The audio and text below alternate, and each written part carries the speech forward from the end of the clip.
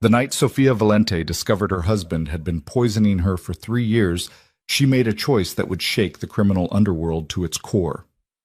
For months, Adrian Moretti had disguised sedatives as thyroid medication, turning his wife into a controllable shadow while building a life with his pregnant mistress.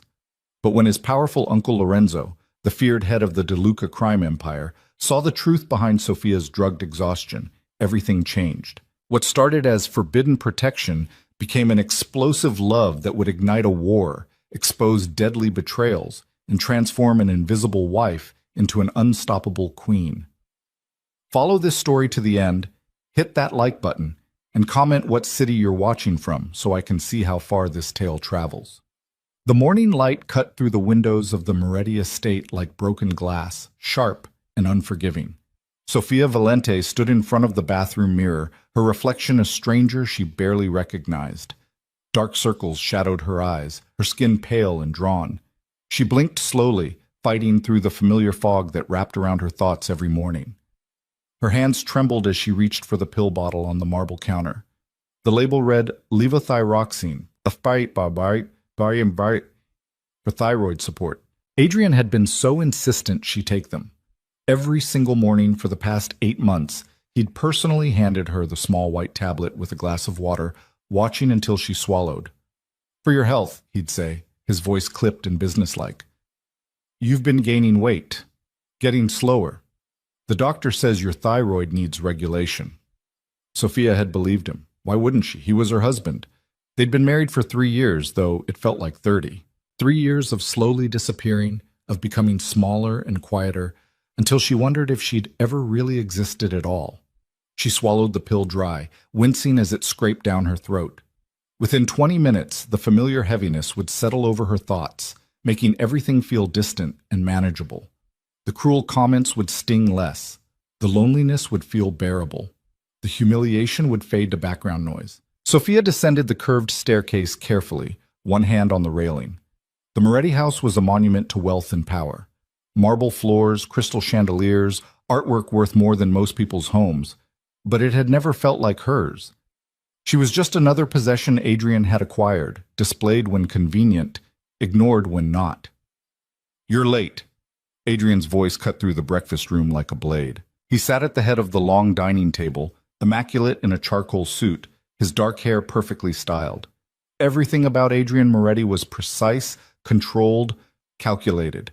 At 38, he was handsome in a cold way, sharp features, steel-gray eyes that never held warmth when they looked at her. "I'm sorry," Sofia murmured, sliding into her designated seat 3 chairs away from him. The distance was deliberate. He'd moved her farther away 6 months ago, claiming he needed space to think during meals. "Look at you." Adrian's lip curled in distaste. "Did you even brush your hair? We have the family dinner tonight. The entire De Luca family will be there, and you look like you just rolled out of bed." Sofia's hand instinctively went to her hair. She'd brushed it, hadn't she? The morning was already blurring at the edges. "I did brush it. You're useless." Adrian didn't raise his voice. He never needed to. His contempt was surgical, precise. 3 years, Sofia. 3 years I've given you everything, and you can't even make yourself presentable. My colleagues ask why I married someone so unremarkable. Do you know how that makes me look? The words landed like physical blows, but Sofia had learned not to flinch. Flinching only made it worse. "I'll do better," she whispered. "You always say that." Adrian returned his attention to his phone, dismissing her. "Wear the black dress tonight. It's the most flattering for your situation. And for God's sake, try not to embarrass me in front of my family." Sofia stared at the untouched breakfast in front of her. Fruit, toast, coffee. She wouldn't drink because it made her feel more jittery and confused. Her appetite had vanished months ago. Adrian said it was because she was finally developing discipline, but Sofia suspected it was the same fog that clouded her thoughts and made her limbs feel heavy. The sound of the front door opening broke the tense silence. Footsteps echoed across the marble foyer, confident, unhurried. Sofia knew those footsteps. Everyone in the family knew them. Lorenzo De Luca entered the breakfast room like he owned it. At 45, he commanded attention without effort, tall and powerfully built, with silver threading through his dark hair and eyes that missed nothing. He wore his authority the way other men wore expensive suits, naturally, inevitably. As the head of the De Luca crime family, Lorenzo was the man even dangerous men feared. He was also Adrian's uncle, though they couldn't have been more different. "Adrian," Lorenzo's voice was deep, textured with something that made people straighten their spines. "We need to discuss the shipment from Marseille." "Can't it wait?" Adrian barely looked up from his phone. "I'm in the middle of breakfast." "No." Lorenzo's gaze shifted to Sophia, and something flickered in those dark eyes. Concern? Anger? The fog in Sophia's head made it hard to read. "Sophia, you look tired." It was a simple observation, but spoken with more genuine care than anything Adrian had said to her in months. Sophia felt something crack inside her chest. "She's fine," Adrian answered for her. "Just lazy. Refuses to maintain herself properly." "I wasn't talking to you." Lorenzo's tone could have frozen fire. He pulled out the chair next to Sophia and sat down, his attention fully on her. "When was the last time you slept well?" Sophia opened her mouth, then closed it. She couldn't remember. The nights blurred together, restless hours where her mind felt simultaneously wired and exhausted, unable to settle into real rest. I don't know," she admitted. Lorenzo's jaw tightened almost imperceptibly. He looked at Adrian with an expression Sophia couldn't quite decipher through her mental haze. "She needs to see a real doctor, not whatever quack you've been taking her to." "She sees the family physician," Adrian said coldly. "Dr. Russo has been treating her thyroid condition. Everything is under control." "Is it?" Lorenzo leaned back in his chair, his gaze never leaving Adrian's face. "Because she looks worse every time I see her. Slower, weaker. That's not what proper medical treatment does." "Stay out of my marriage, Lorenzo." Adrian's voice dropped to a dangerous register. "What happens between me and my wife is none of your concern." Everything that happens in this family is my concern." Lorenzo stood smoothly, his presence filling the room. "That's what being the head of the family means, including making sure its members are protected and cared for." The weight of his words hung in the air. Sophia felt tears burning behind her eyes, though she couldn't quite grasp why. It had been so long since anyone had suggested she deserved protection or care. "I'll see you both tonight at the dinner," Lorenzo continued, his tone making it clear the discussion was over. But before he left, he placed a card on the table in front of Sophia. "This is my personal physician, Dr. Chen. If you ever want a second opinion about your health, call her directly. Tell her I sent you." He walked out, leaving a wake of tension behind him. Adrian's hand slammed down on the table, making Sophia jump. "Don't even think about it," he hissed. "You call that number and I'll make sure you regret it. Do you understand me?" Sophia nodded mutely, but her fingers had already closed around the card, tucking it into her palm where Adrian couldn't see. The rest of the day passed in the usual fog. Sophia moved through the mansion like a ghost, preparing for the evening's dinner with mechanical precision. She chose the black dress Adrian had specified, applied makeup with trembling hands, twisted her hair into an elegant knot that took 3 attempts to get right. By the time the car arrived to take them to the De Luca family estate, the afternoon pill had kicked in. Everything felt distant and muffled, like she was watching her own life through frosted glass. The De Luca estate made the Moretti house look modest by comparison. Set on 20 acres of meticulously landscaped grounds, the main house was a sprawling Mediterranean-style villa that had been in the family for 3 generations. Tonight, it blazed with lights and activity. The monthly family dinners were mandatory for all De Luca blood relatives and their spouses, a tradition Lorenzo maintained to keep the family connected and unified. Sophia followed Adrian through the massive front entrance, past the fountain in the courtyard, into the grand dining room where 40 people could sit comfortably. The room was already filling with family members. Lorenzo's cousins, their wives and husbands, children, grandchildren. The De Luca family was vast and powerful, their influence stretching across 3 states. "Adrian, there you are!" A woman's voice, bright and proprietary. Sophia turned to see Natasha Volkov gliding toward them, her model-thin figure wrapped in a designer dress that probably cost more than Sophia's entire wardrobe. Natasha was the daughter of a Russian arms dealer, beautiful and ambitious. and she'd been circling Adrian like a predator for the past year. What Sophia didn't know, what the pills kept her too foggy to notice, was that Natasha was much more than just a family friend. Natasha, Adrian's voice warmed in a way it never did for Sophia. You look stunning. You're too kind. Natasha's smile was razor sharp as her gaze flicked dismissively over Sophia. Sophia, that dress is conservative. How practical. It was an insult wrapped in politeness, and Sophia felt it land even through the pharmaceutical haze. But before she could respond, a commotion at the entrance drew everyone's attention. Lorenzo had arrived. He moved through the crowd with the easy confidence of a man who controlled everything he surveyed. People stepped aside, heads bowed in respect. This was his domain, his family, his empire. But when his gaze found Sophia across the room, standing isolated while Adrian laughed with Natasha, something dangerous flickered across his features. He changed direction, heading straight for her. Sophia, Lorenzo's voice cut through the noise. You'll sit with me tonight. It wasn't a request. Adrian's head snapped around, his expression darkening. She sits with me, Adrian said tightly. She's my wife. And this is my table. Lorenzo's smile didn't reach his eyes. I'm rearranging the seating. Sophia will be on my right. You and Natasha can sit together since you seem so comfortable with that arrangement.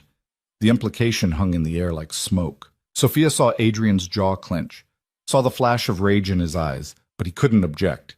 Not here, not publicly, not when Lorenzo held all the power. Dinner was a surreal experience. Sophia sat at Lorenzo's right hand, acutely aware of the speculative looks from other family members.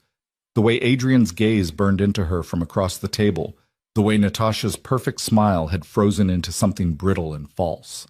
Lorenzo treated Sophia like she mattered. He served her food, asked her opinions, included her in conversations. It was such a stark contrast to Adrian's treatment that Sophia felt dizzy with it, though that might have been the pills. Everything felt dreamlike and disconnected. You're not eating, Lorenzo observed quietly, his voice low enough that only she could hear. I'm not very hungry, Sophia admitted. You never are anymore. It was a statement, not a question. How long have you been taking that medication? Sophia blinked slowly, trying to remember. 8 months, maybe 9. Adrian says I need it. For your thyroid. Yes. Lorenzo was silent for a long moment, his expression unreadable. Then he said something that cut through the fog like lightning. What were the symptoms that made him think you needed thyroid treatment? Sophia opened her mouth and realized she didn't have an answer. She couldn't remember being diagnosed, couldn't remember symptoms before the pills started. The only thing she remembered clearly was Adrian telling her she was sick, needed treatment, needed to trust him. I don't remember, she whispered. Lorenzo's hand found hers under the table, his grip warm and solid and real. Listen to me very carefully, Sophia. I want you to stop taking those pills, just for 3 days. Can you do that? Adrian will notice, she breathed.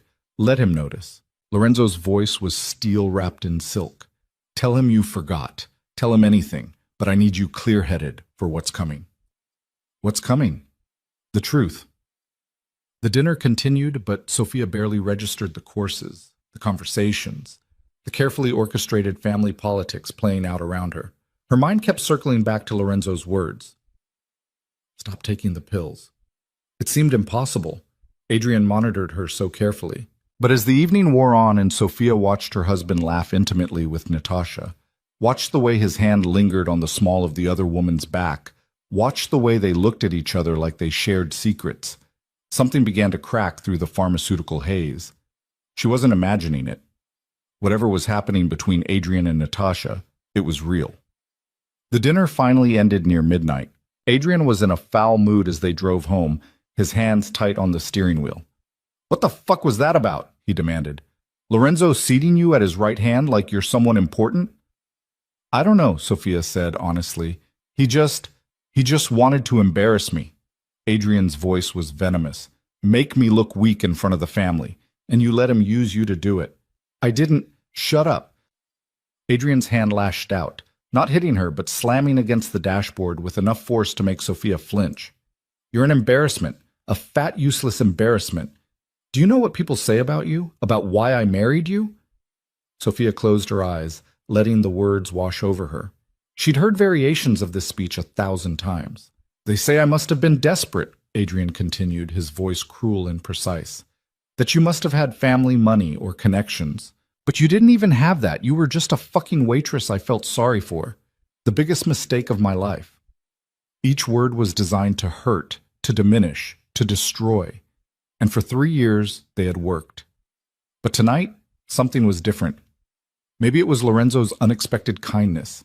Maybe it was seeing Adrian's hand on Natasha's back. Maybe it was the question that had been planted in her mind. What symptoms did you have before the pills? When they got home, Adrian went straight to his study. He'd been sleeping there for the past 4 months, claiming he needed space to work. Sophia climbed the stairs to the bedroom that had once been theirs and was now just hers. She stared at the pill bottle on her nightstand. Lorenzo's voice echoed in her memory. Just for 3 days. With trembling hands, Sophia picked up the bottle and walked to the bathroom. She turned it upside down over the toilet, watching the white tablets tumble into the water. Then she flushed, watching them disappear, watching 3 years of fog and compliance spiral away. There was no going back now. The first day without the pills was hell. Sophia woke before dawn, her body screaming. Every nerve felt exposed and raw. Her hands shook, her head pounded. Nausea rolled through her in waves. This wasn't what stopping thyroid medication felt like. This was withdrawal. What has he been giving me? The question crystallized in her mind with terrifying clarity. Real thyroid medication didn't do this. Real medication didn't leave you foggy and compliant and disconnected from reality. Real medication didn't make your hands shake when you stopped taking it. Adrian had been drugging her with something else. The realization hit like a physical blow. Sophia barely made it to the bathroom before she vomited, her body purging whatever chemicals had been controlling her for months. She stayed there on the cold tile floor for over an hour, shaking and sick, and finally starting to understand. When Adrian came to check on her that morning, Sophia pretended to be asleep. She heard him set down her morning pill and water on the nightstand, heard him leave. The moment his footsteps faded, she flushed the pill. By the second day, the physical symptoms were subsiding, but everything else was getting sharper. Memories surfaced that she'd forgotten or suppressed. The way Adrian had isolated her from her few friends over the past year. The way he'd convinced her to quit her job as a waitress because it was beneath the wife of a Moretti. The way he'd slowly cut her off from anything that might have given her independence or clarity. And the way he'd been coming home later and later, smelling of expensive perfume that wasn't hers. Sophia's mind cataloged every sign she'd been too drugged to process. The mysterious charges on their credit card for jewelry she'd never received. The weekend business trips that always seemed to coincide with Natasha being out of town. The way they looked at each other at family dinners. By the third day, Sophia felt like a different person. Her mind was sharp for the first time in months. The fog had lifted, and what she saw beneath it was a nightmare of manipulation and betrayal. She was standing in the kitchen that afternoon drinking coffee, actual coffee that didn't make her feel jittery anymore because it wasn't interacting with sedatives.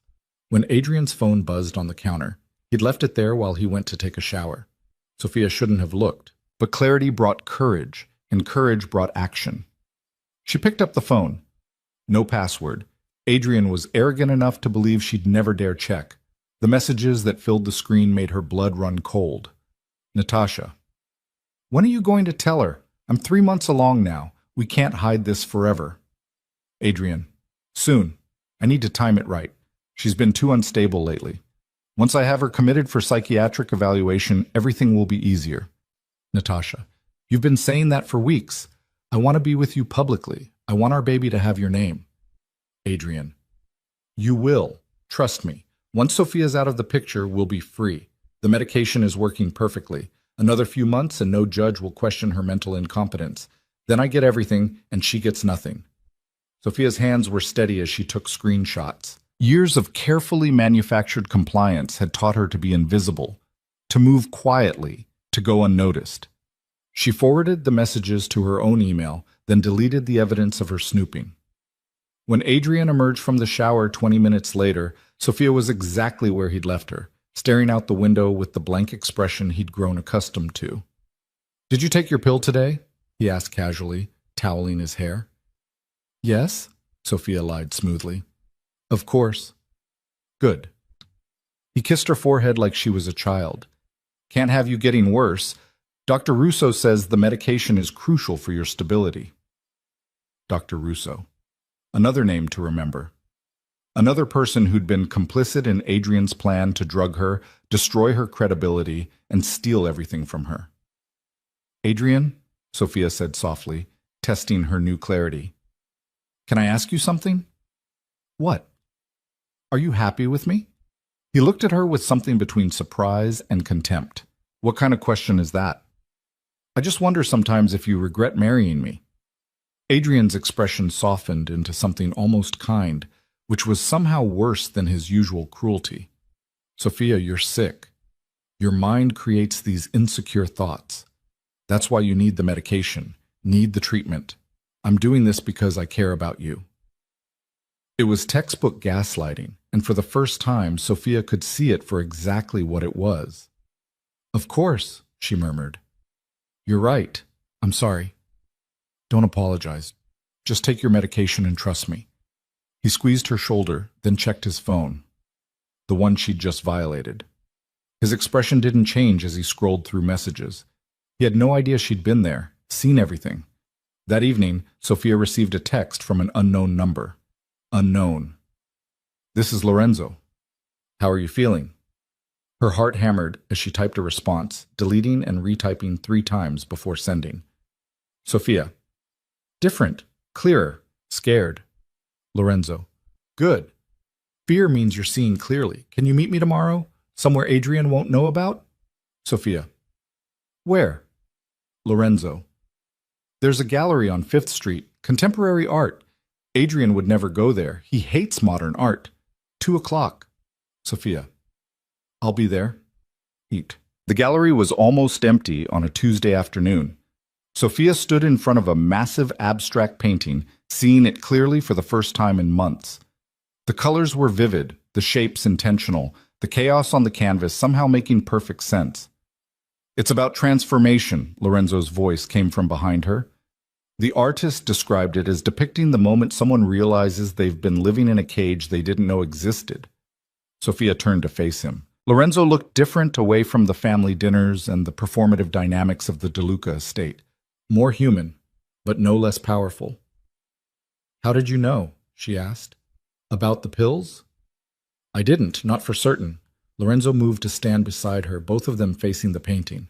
But I've spent 45 years reading people, Sophia. It's how I've survived in my world. And I watched you disappear over the past year, watched you become a shadow. That's not illness, that's control. He's been giving me sedatives, Sophia said flatly. Probably benzodiazepines or something similar, disguised as thyroid medication. I suspected as much. His mistress is pregnant. They're planning to have me committed so he can take everything. Sophia's voice didn't shake. The tears she'd expected didn't come. She'd cried them all out over 3 years of humiliation. Now there was only cold, clear fury. Lorenzo's jaw clenched. Natasha Volkov. You knew? I suspected, but I needed you to see it yourself. To be clear enough to understand what was happening. He turned to face her fully. Sophia, what do you want? It was the first time anyone had asked her that in 3 years. I want out, she said. I want him to pay for what he's done, and I want to make sure he can't do this to anyone else. That can be arranged. Lorenzo's voice dropped to that dangerous register that made people's spines straighten. But you need to understand what you're walking into. Going against Adrian means going against a member of the family. There will be consequences, politics, danger. I don't care.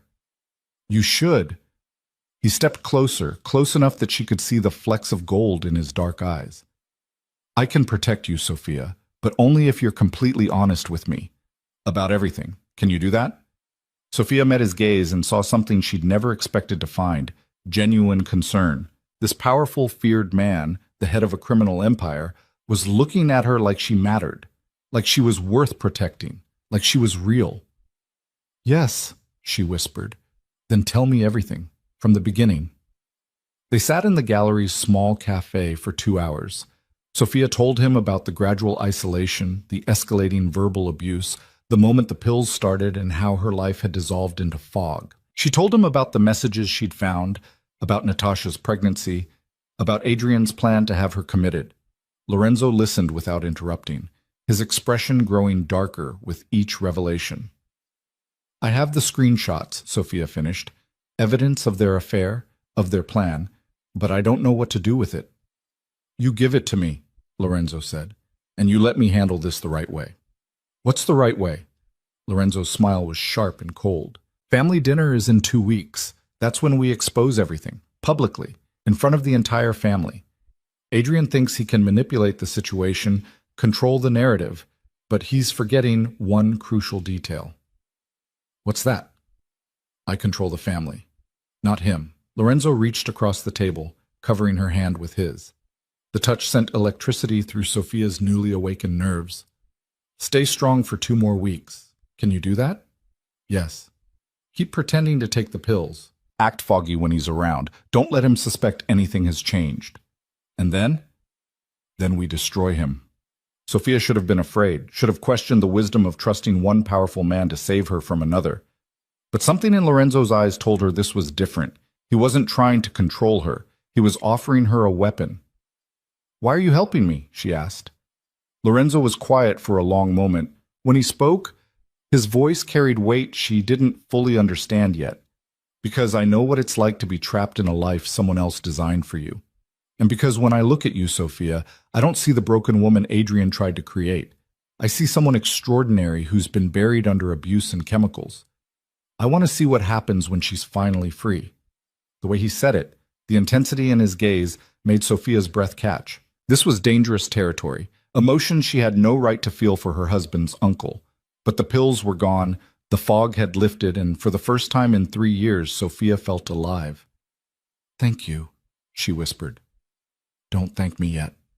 Lorenzo stood, his hand lingering on hers for a moment longer than necessary. "The hard part is just beginning." The next 2 weeks were an exquisite torture. Sophia played her role perfectly, the foggy, compliant wife Adrian expected. She pretended to take her pills, dumping them when he wasn't looking.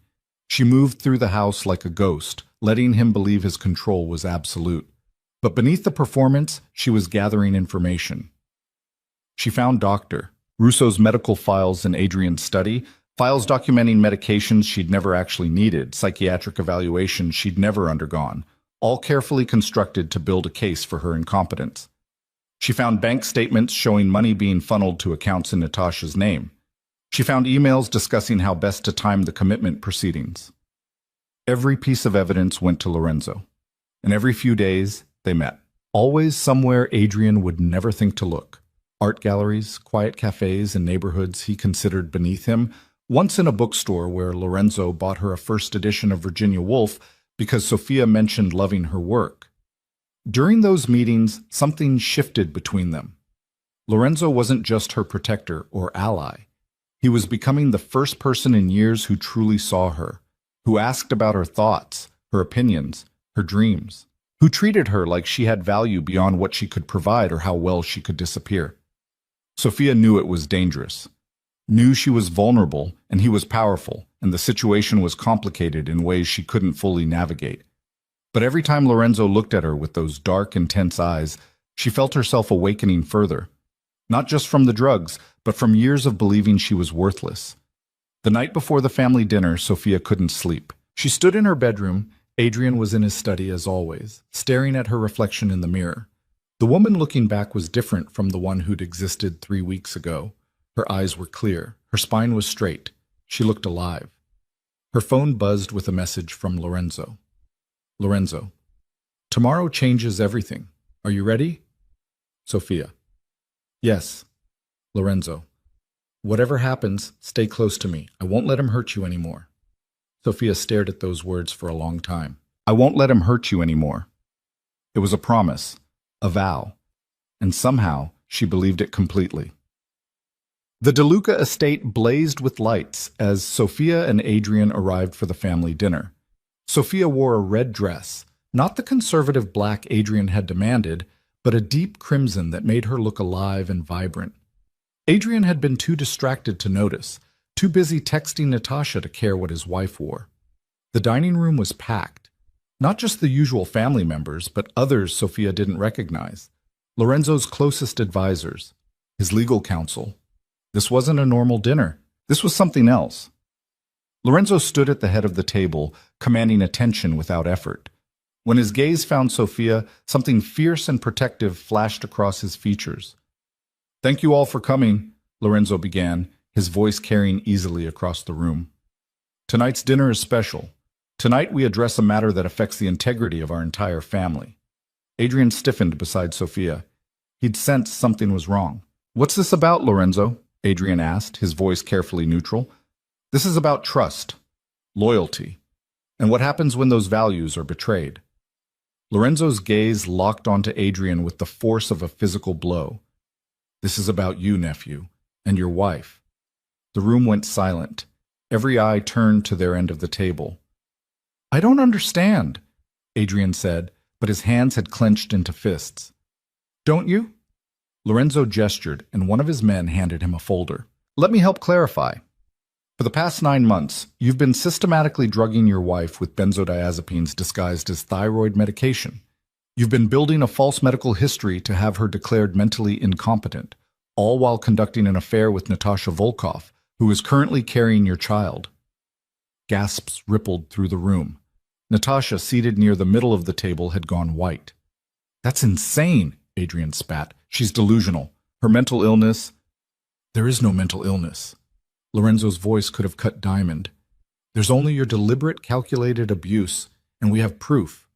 He opened the folder, and images projected onto the wall behind him. Screenshots of Adrian and Natasha's messages, bank statements, Dr. Russo's falsified medical records, everything Sophia had gathered.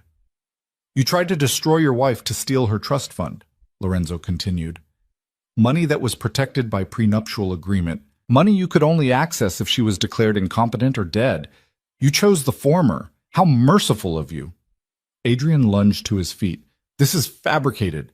She's working with you to—" "Sit down." Lorenzo's voice dropped to that register that made grown men obey without question. "You're not done hearing your crimes." Adrian sat, his face purple with rage. "You betrayed your marriage vows. You betrayed family trust. You committed fraud, conspiracy, and drugged your wife with controlled substances without her knowledge or consent." Lorenzo's gaze swept the room. "By the laws of this family and the laws of this country, Adrian Moretti is guilty. The only question now is punishment." Sophia sat frozen, watching her husband's world collapse around him. 3 years of abuse, of cruelty, of systematic destruction, all laid bare in front of the people whose respect he'd craved most. "Sophia," Lorenzo's voice softened when he said her name. "You're the injured party. What justice do you seek?" Every eye in the room turned to her.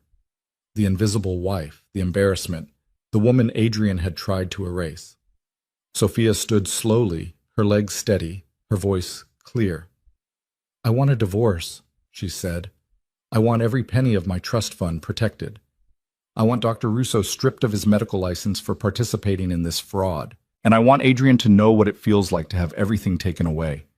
Her voice grew stronger with each demand. "You called me fat, useless, embarrassing. You made me believe I was worthless. But I'm not the one who should be ashamed. You are."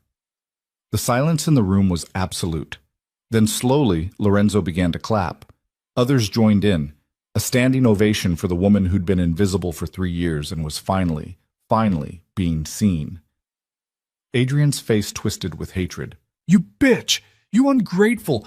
He lunged across the table at Sophia, but Lorenzo was faster. He caught Adrian by the throat, slamming him back into his chair with effortless force. "You don't speak to her," Lorenzo said quietly. "You don't look at her. You don't breathe in her direction. From this moment on, Sophia is under my personal protection. Touch her, threaten her, so much as think about her wrong, and I will destroy you in ways that make tonight look gentle. Do you understand?" Adrian's eyes bulged, his face red, but he managed a jerky nod. Lorenzo released him and turned to Sophia, his expression transforming from cold fury to gentle concern. "Come with me." You shouldn't be here for the rest of this. He offered his hand. Sophia took it, feeling the solid warmth of his grip, the promise of protection in the way his fingers closed around hers. As Lorenzo led her from the dining room, Sophia heard the family council beginning their formal proceedings against Adrian. His protests, his rage, his desperate attempts to salvage his reputation, all fading behind her as she stepped into a future she'd never imagined possible. Lorenzo took her to his private study, a room she'd never entered before. It was quieter here, insulated from the chaos erupting in the dining room. "Are you all right?" he asked, still holding her hand. "I don't know," Sophia admitted. "I should feel victorious, but I just feel empty. That's normal. You've been surviving for so long, there hasn't been room to feel anything else." Lorenzo guided her to a leather sofa sitting beside her. "It will take time to process everything, to heal. Thank you." Sophia looked up at him, this powerful man who'd chosen to protect her when he had no obligation to do so. "For believing me, for helping me, for—" "Don't." Lorenzo's thumb brushed across her knuckles. "You did this yourself, Sophia. You found the evidence. You chose to fight back. I just provided the platform. You provided more than that." Sophia's voice dropped to barely a whisper. "You made me remember what it felt like to matter." The air between them shifted, charged with something neither of them had acknowledged until this moment. Lorenzo's dark eyes held hers, and Sophia saw in them a hunger that matched the awakening inside her own chest. "Sophia," he said carefully, "you're vulnerable right now, emotional. You need time to—" "Don't tell me what I need." The words came out sharper than intended, but Sophia didn't take them back. "I've had 3 years of someone else deciding what I need, what I feel, what I'm allowed to want. I'm done with that. Then what do you want?" It was the question he'd asked her in the gallery 2 weeks ago, but this time the answer was different. This time, Sophia knew exactly what she wanted. "You," she whispered. Lorenzo's control, that legendary, unshakable control, fractured. He pulled her to him, his mouth finding hers in a kiss that burned away every lingering trace of the fog, the fear, the years of believing she was worthless. Sophia kissed him back with a desperate hunger, her hands fisting in his shirt, her body pressing against his like she could merge with his strength and never be vulnerable again.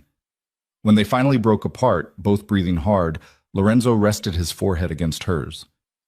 "This is dangerous," he said roughly. "You're still legally married. Adrian will use this against you." "I don't care." "You should. He's vindictive and desperate. That's a lethal combination." "Then protect me." Sophia met his gaze unflinchingly. "You said you would. So protect me while I figure out how to be myself again. Help me remember what it feels like to be wanted instead of tolerated, to be valued instead of controlled." Lorenzo's hands framed her face with a gentleness that seemed impossible from someone so dangerous. "You have no idea what you're asking for." "Then show me." He kissed her again, slower this time, but no less intense. And in that kiss, Sophia felt the final walls crumble. The woman Adrian had tried to destroy was gone. In her place was someone new, someone stronger, fiercer, more alive than she'd ever been. Whatever came next, Sophia knew she would never be invisible again. The kiss lasted until reality crashed back in the form of raised voices from the dining room. Lorenzo pulled away first, his breathing uneven, his eyes dark with want and warning. "Stay here," he said, his voice rough. "Lock the door behind me. Don't open it for anyone except me." Before Sophia could respond, he was gone, moving back toward the chaos with the predatory grace of a man born to command. She heard the study door lock click behind him and stood alone in the sudden silence, her lips still burning from his kiss, her heart hammering against her ribs. She should feel guilty, should feel afraid, but all Sophia felt was alive. The sounds from the dining room grew louder, Adrian's voice rising in fury, other voices arguing, the sharp crack of something breaking. Sophia moved to the window, watching the manicured gardens beyond, trying to process everything that had happened in the last 3 hours. Her marriage was over, her husband's crimes were exposed, and she'd just kissed the most powerful man in the criminal underworld. The rational part of her brain screamed warnings. Lorenzo was dangerous. He was Adrian's uncle. He controlled an empire built on violence and fear. Getting involved with him was trading one cage for another, wasn't it? But the part of her that had spent 3 years suffocating under Adrian's control, the part that had finally broken free from the chemical fog, that part knew the truth. Lorenzo had given her choices. Adrian had taken them away. The difference was everything. An hour passed before Lorenzo returned. When he unlocked the study door and stepped inside, Sophia saw the cold fury still simmering in his eyes. "What happened?" she asked. "The family council has stripped Adrian of his position and authority.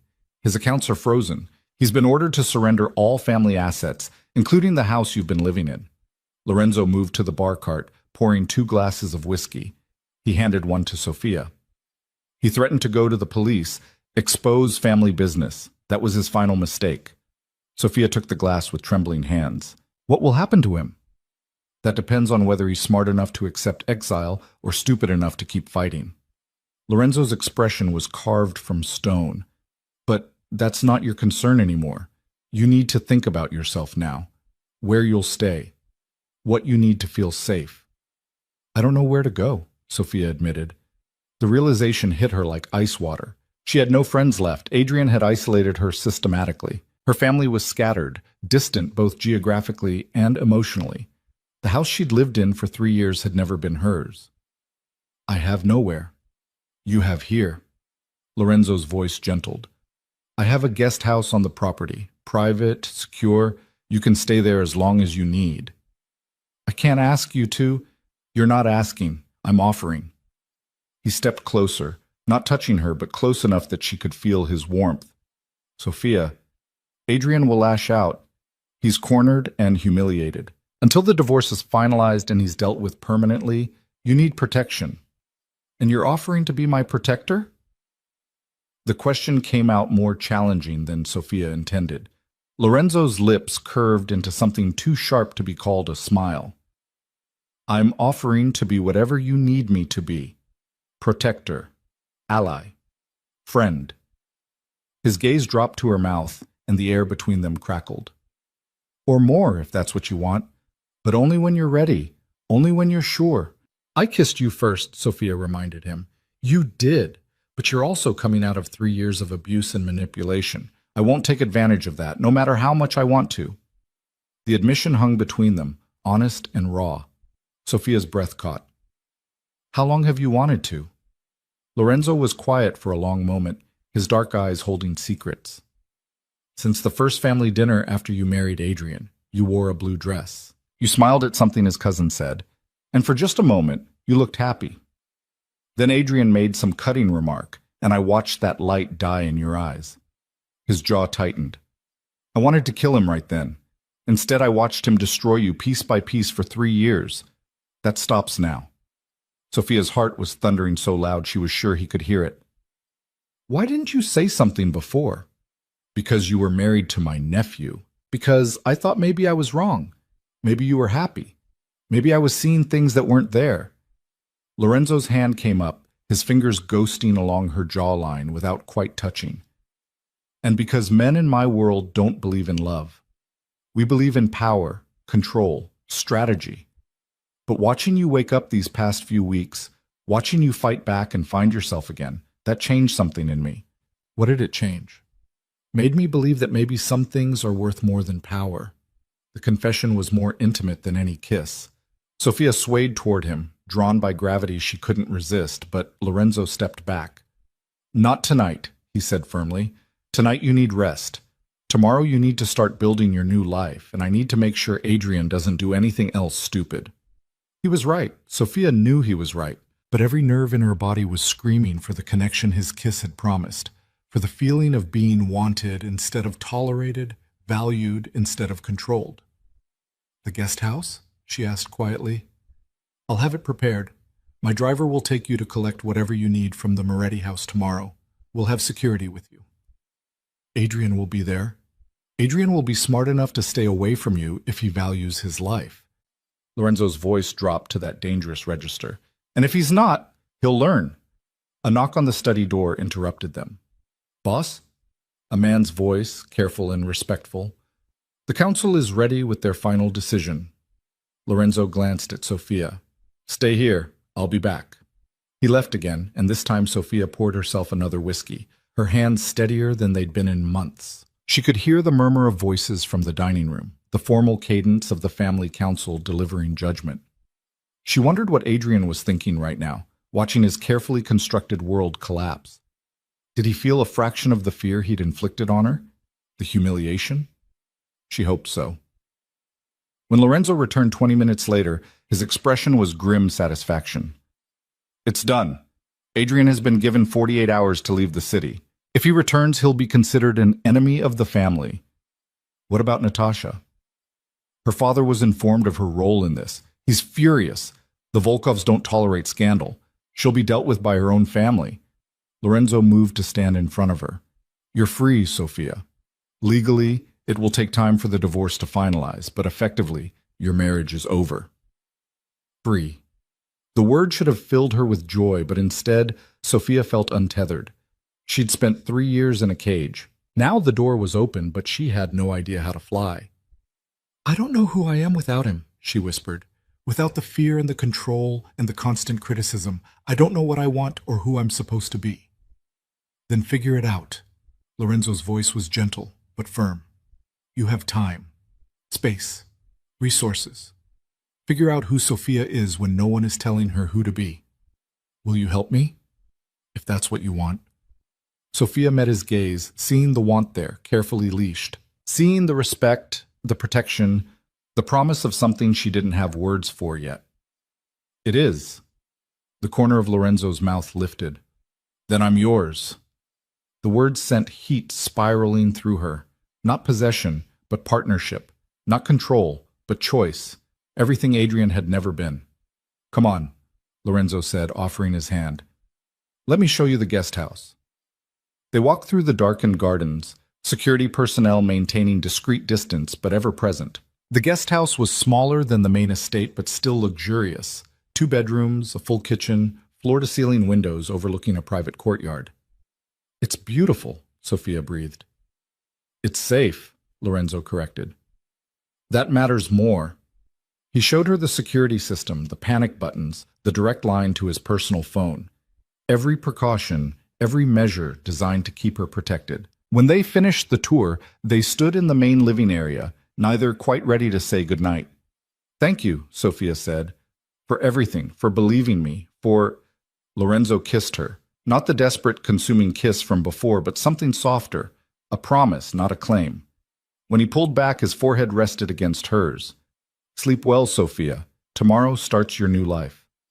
Then he was gone, leaving her alone in the beautiful, safe space he'd provided. Sophia locked the door behind him and leaned against it, her fingers touching her lips, her body humming with feelings she'd thought Adrian had killed. She was free, terrified, exhilarated, and for the first time in 3 years she couldn't wait to see what tomorrow would bring. The next morning arrived with brilliant sunshine and a knock on the guest house door at 8 sharp. Sophia, who'd slept better than she had in months, opened it to find a woman in her 40s with kind eyes and professional demeanor. "Mrs. Moretti, I'm Maria Santos, Mr. DeLuca's head of household. He asked me to help you get settled and accompany you to collect your belongings from the Moretti residence." Maria's smile was warm. "I've brought breakfast, and we have a car ready whenever you are." Sophia invited her in, grateful for the company and the normalcy of shared coffee and conversation. Maria was efficient and kind, asking what Sophia needed without being invasive, offering help without being controlling. It was such a stark contrast to the last 3 years that Sophia found herself relaxing in ways she'd forgotten were possible. By 9:30, they were in one of the DeLuca family's armored SUVs, 2 security personnel in the front seat, heading toward the house Sophia had shared with Adrian. Her stomach twisted as they pulled up to the familiar property. "We'll go in with you," one of the security men said. His name was Marco, and he had the build of someone who could break a man in half. "Mr. DeLuca's orders. You're not to be alone with Adrian Moretti under any circumstances." The house felt different as Sophia walked through it. Smaller somehow, less intimidating. She moved through the rooms mechanically, packing clothes, a few books, the small items that had been hers before the marriage. There wasn't much. Adrian had systematically replaced everything she'd owned with things he'd chosen, things that reflected his taste, his control. She was in the bedroom, folding clothes into a suitcase, when she heard the front door slam. Get the fuck out of my house. Adrian's voice, raw with rage. Sophia's hands froze on the silk blouse she'd been folding. Marco appeared in the bedroom doorway instantly. Stay here, he ordered, then moved toward the commotion. But Sophia couldn't stay. Some perverse need to face him, to see him with clear eyes, drew her to the top of the stairs. Adrian stood in the foyer, disheveled and wild-eyed, facing off against Marco and his partner. This is my house, Adrian was screaming. My wife, You have no right. You have no rights. Lorenzo's voice cut through the chaos like a blade. He'd appeared from somewhere, moving with that predatory calm. The house belongs to the family. Sophia is under my protection. You have no claim to either. Adrian's gaze snapped up, finding Sophia on the stairs. His expression twisted into something ugly and desperate. You bitch! You think you've won? You think he actually cares about you? He laughed, the sound unhinged. He's using you to get back at me. The moment he's bored, you'll be nothing again. The words were designed to hurt, to make her doubt. 3 weeks ago, they would have worked. But Sophia had spent those weeks clearing the fog from her mind, and she saw Adrian clearly now. Saw the desperation, the pathetic need to wound because he'd been wounded.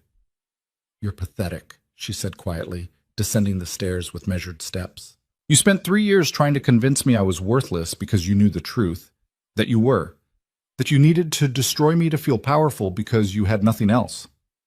I gave you everything. Adrian lurched forward, but Marco blocked him effortlessly. You gave me nothing but pain. Sophia reached the bottom of the stairs, Lorenzo moving to stand beside her, a solid presence. And now you have nothing. No wife, no family, no power, just yourself. I hope that's enough, Adrian. I really do, because it's all you're ever going to have. Adrian's face purpled with rage. He tried to push past Marco, hands reaching for Sophia with clear intent to harm. What happened next occurred so fast Sophia barely tracked it. Lorenzo moved like liquid violence, catching Adrian's wrist and twisting it behind his back with surgical precision, forcing him to his knees. I warned you, Lorenzo said, his voice deadly calm. Told you what would happen if you threatened her. Did you think I was bluffing? Let go of me, Adrian thrashed, but Lorenzo's grip was unbreakable. You have 24 hours to leave the city. That timeline just became 12.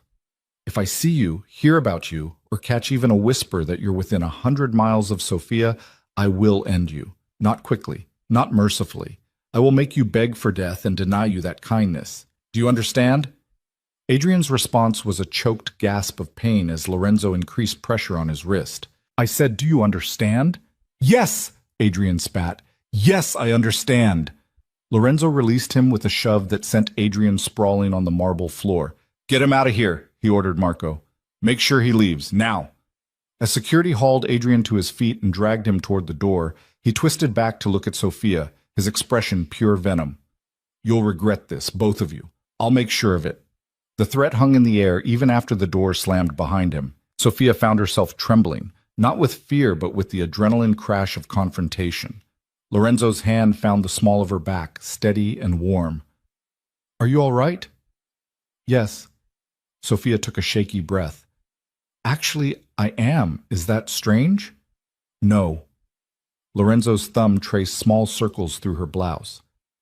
That's strength. You faced him without fear. That's not strange. That's remarkable. Maria appeared from the kitchen, her expression concerned. I have your things packed, Mrs. Moretti. Shall we go? Please. And Maria? Sophia turned to face her. It's just Sophia. I'm not Mrs. Moretti anymore. The smile Maria gave her was brilliant. Of course, Sophia. The return to the DeLuca estate felt like returning to sanctuary. As they unloaded Sophia's meager belongings into the guest house, she realized how little of her life with Adrian she actually wanted to keep.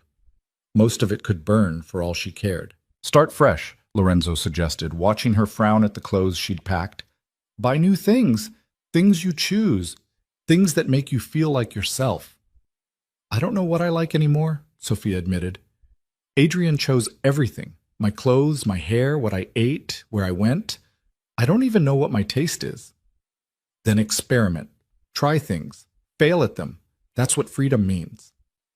Lorenzo had business to attend to. He ran a criminal empire, after all, but he left her with Maria's number, his personal line, and strict instructions to call if she needed anything. Alone in the guest house, Sophia spent the afternoon just breathing, just existing, without anyone telling her how to do it right. That evening, a package arrived. Inside was a tablet with a note in Lorenzo's bold handwriting: "For exploring. No restrictions, no monitoring, just you and whatever interests you. Mopo L." Sophia curled up on the sofa and spent hours falling down research rabbit holes: art history, cooking techniques, travel destinations, book recommendations. Things she'd always been curious about but never had the mental space to explore. By the time midnight rolled around, she'd filled a notebook with ideas, interests, dreams she'd forgotten she had. Her phone buzzed with a text. "Lorenzo, are you still awake?" Sophia, "Yes, exploring all the things I forgot I cared about." "Lorenzo, good. Sleep well. Tomorrow I'd like to take you somewhere, if you're willing." Sophia, "Where?" Lorenzo, "It's a surprise. Trust me?" Sophia stared at those two words. 3 weeks ago, she couldn't have answered yes to anyone. But Lorenzo had earned it, not through control or manipulation, but through consistent action, through keeping every promise he'd made. Sophia, "Yes, I trust you. The next morning, Lorenzo picked her up in a sleek black car, driving himself rather than using his usual driver. He was dressed casually, or as casually as a man like him could manage, dark jeans and a button-down that made him look younger, more approachable. "Where are we going?" Sophia asked as they pulled out of the estate. "You'll see." They drove for 40 minutes, leaving the city behind for rolling countryside. When Lorenzo finally pulled off onto a private road, Sophia gasped. Before them stretched acres of vineyards, the vines heavy with late-season grapes, a beautiful stone house nestled among them. "This is mine," Lorenzo said quietly. "My private retreat. The only people who know about it are those I trust absolutely. I wanted you to see it."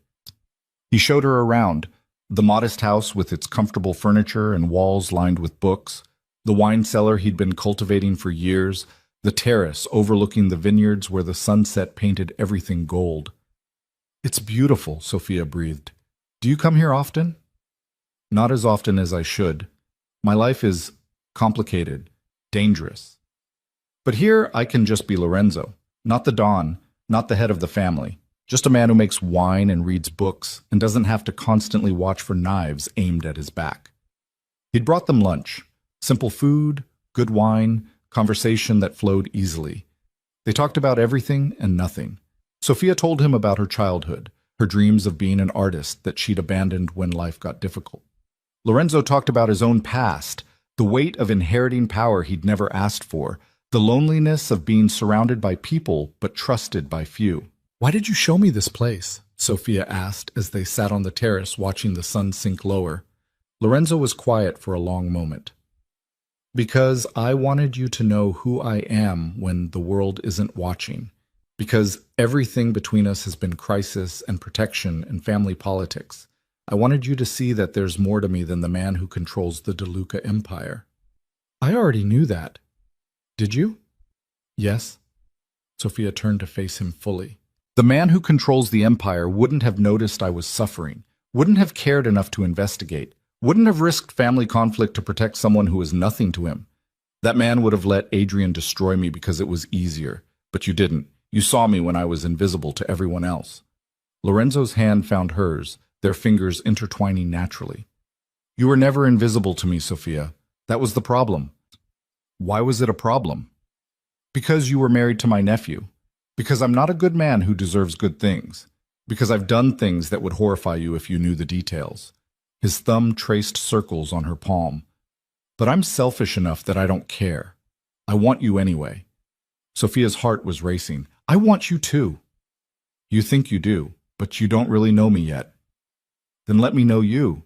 She shifted closer, her free hand coming up to touch his face. "Stop protecting me from yourself. I'm stronger than you think." Lorenzo caught her hand, pressing a kiss to her palm. "You're the strongest person I know. That's not the question.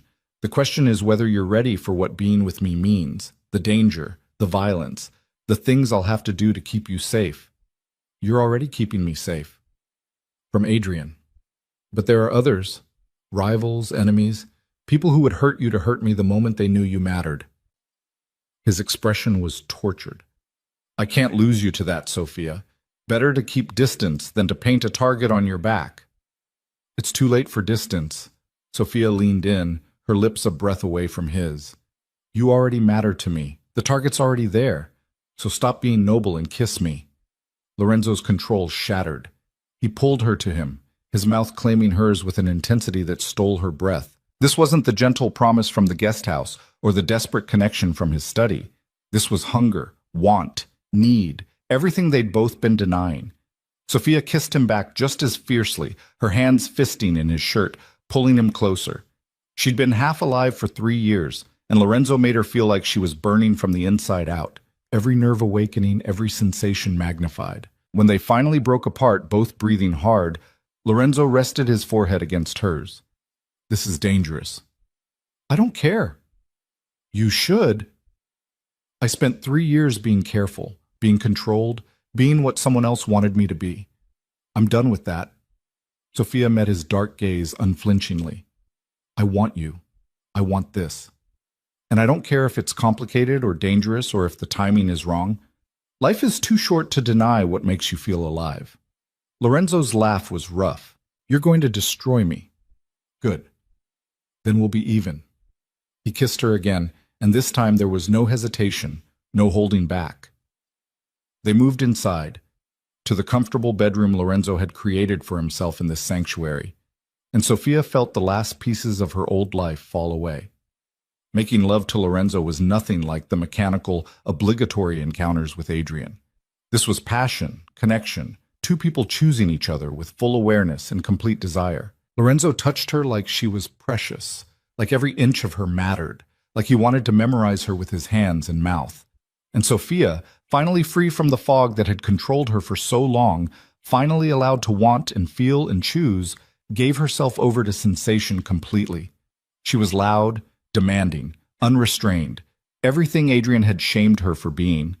Lorenzo loved it, encouraged it, told her she was beautiful and perfect in his. Afterward, they lay tangled together in the fading light, Sophia's head on Lorenzo's chest, his fingers tracing lazy patterns on her back.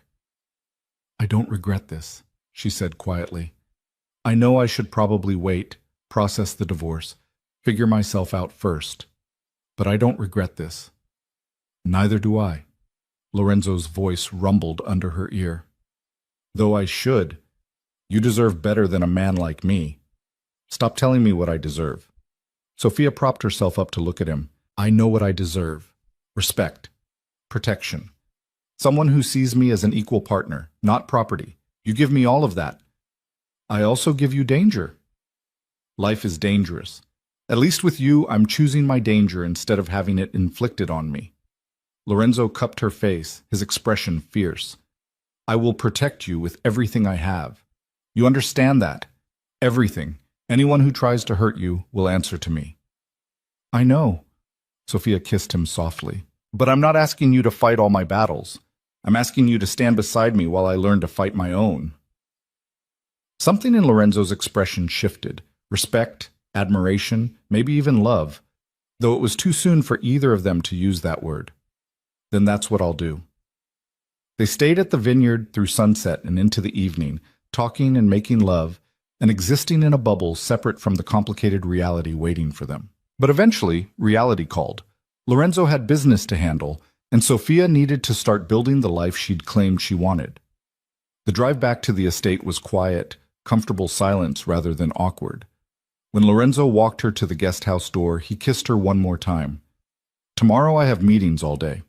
But tomorrow night, have dinner with me? Properly. A real date. Sophia smiled. I'd like that. Good. Wear something that makes you feel powerful. His thumb brushed her lower lip. Not for me. For yourself. As Sophia lay in bed that night, her body pleasantly sore and her mind clearer than it had been in years, she thought about Lorenzo's words. Wear something that makes you feel powerful. The problem was, she didn't own anything like that. Everything in her closet had been chosen by Adrian or approved by his critical eye. Tomorrow, she decided, she'd fix that. Tomorrow, she'd start becoming whoever Sophia was meant to be. But tonight, she'd just enjoy the feeling of being wanted, valued, and finally free. Morning came with Maria knocking softly at the guest house door, a knowing smile on her face that made Sophia blush despite herself. The older woman carried coffee and fresh pastries, setting them on the kitchen counter with practiced efficiency. "Mr. DeLuca asked me to take you shopping today," Maria said, her tone carefully neutral. "He thought you might want to find something for dinner tonight." "He told you about that?" "He tells me very little, but I've worked for him for 15 years. I know when something important is happening." Maria's smile warmed. "And you, Sophia, are important." They spent the morning in the city's most exclusive boutiques, places Sophia had never dared enter during her marriage to Adrian. He'd always chosen her clothes from conservative collections, favoring colors and styles that made her disappear rather than stand out. Now Maria encouraged her to try everything: bold colors, daring cuts, pieces that celebrated her body rather than hiding it. In the fitting room of the third boutique, Sophia stared at her reflection wearing a deep emerald dress that hugged every curve. The neckline was lower than anything she'd owned in years, the fabric luxurious against her skin. She looked powerful, dangerous, nothing like the invisible wife Adrian had created. "That's the one," Maria said from outside the curtain. "I can hear it in your silence." Sophia bought the dress along with shoes that made her feel 6 feet tall and jewelry that caught the light like fire. When Maria tried to put it all on Lorenzo's account, Sophia stopped her. "Use my trust fund," she said firmly. "I want to buy this myself." Maria's expression softened with understanding. "Of course." They returned to the estate laden with bags, and Sophia spent the afternoon preparing for the evening with a care she hadn't felt in years. She styled her hair herself, applied makeup that enhanced rather than concealed, slipped into the emerald dress, and felt something inside her click into place. This was who she was meant to be. Not the foggy, controlled shadow, but this woman staring back from the mirror with clear eyes and a strong spine.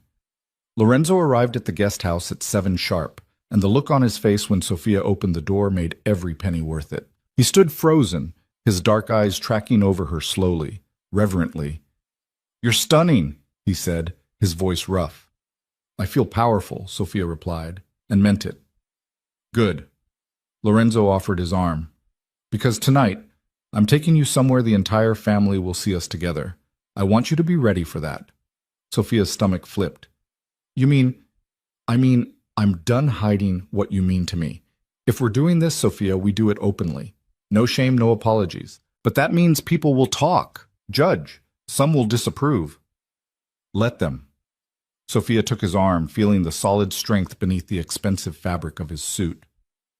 "I spent 3 years caring what people thought. I'm done with that too." Lorenzo's smile was fierce and proud. He drove them to an upscale restaurant in the heart of the city, the kind of place where the powerful came to see and be seen. The maitre d' recognized Lorenzo immediately, ushering them to a private corner table that still offered a view of the entire dining room. Sophia felt eyes on them the moment they sat down. She recognized some faces from family dinners, cousins, associates, people who'd witnessed her humiliation at Adrian's hands. Now they watched her walk in on Lorenzo DeLuca's arm, wearing confidence like armor, and she could practically hear the gossip igniting. "They're staring," Sophia murmured. "Let them stare." Lorenzo's hand found hers across the table. "You have nothing to be ashamed of. Adrian's only been gone 3 days. Adrian destroyed your marriage long before 3 days ago. Everyone with eyes could see it." Lorenzo's thumb traced circles on her wrist. "And anyone who wants to judge can answer to me." Dinner was exquisite. Courses of food Sophia actually tasted for the first time in months. Wine that didn't interact with sedatives because there were no sedatives, conversation that ranged from serious to playful without ever feeling forced. Lorenzo asked about her morning shopping, her interests, her thoughts on everything from art to politics. He listened like her opinions mattered, challenged her when he disagreed, laughed at her observations. It was the first real date Sophia had been on in years, and she felt like she was discovering what partnership could actually mean. Halfway through dessert, a woman approached their table. Sophia recognized her, Gianna DeLuca, Lorenzo's cousin and one of the family's senior advisors. She was elegant and sharp-eyed, her expression carefully neutral. "Lorenzo," Gianna said, "I hope I'm not interrupting." "You are, but I assume it's important." Lorenzo didn't release Sophia's hand. "I wanted to speak with Sophia, actually." Gianna's gaze shifted. "May I?" Lorenzo looked at Sophia, letting her decide. She nodded, curiosity overriding caution. Gianna slid into the empty chair beside them. "I owe you an apology," she said directly. "I saw what Adrian was doing to you at family dinners, the way he spoke to you, dismissed you, made you small. I said nothing because I convinced myself it wasn't my business. That was cowardice, and I'm sorry." Sophia blinked, surprised by the directness. "Why are you telling me this now?"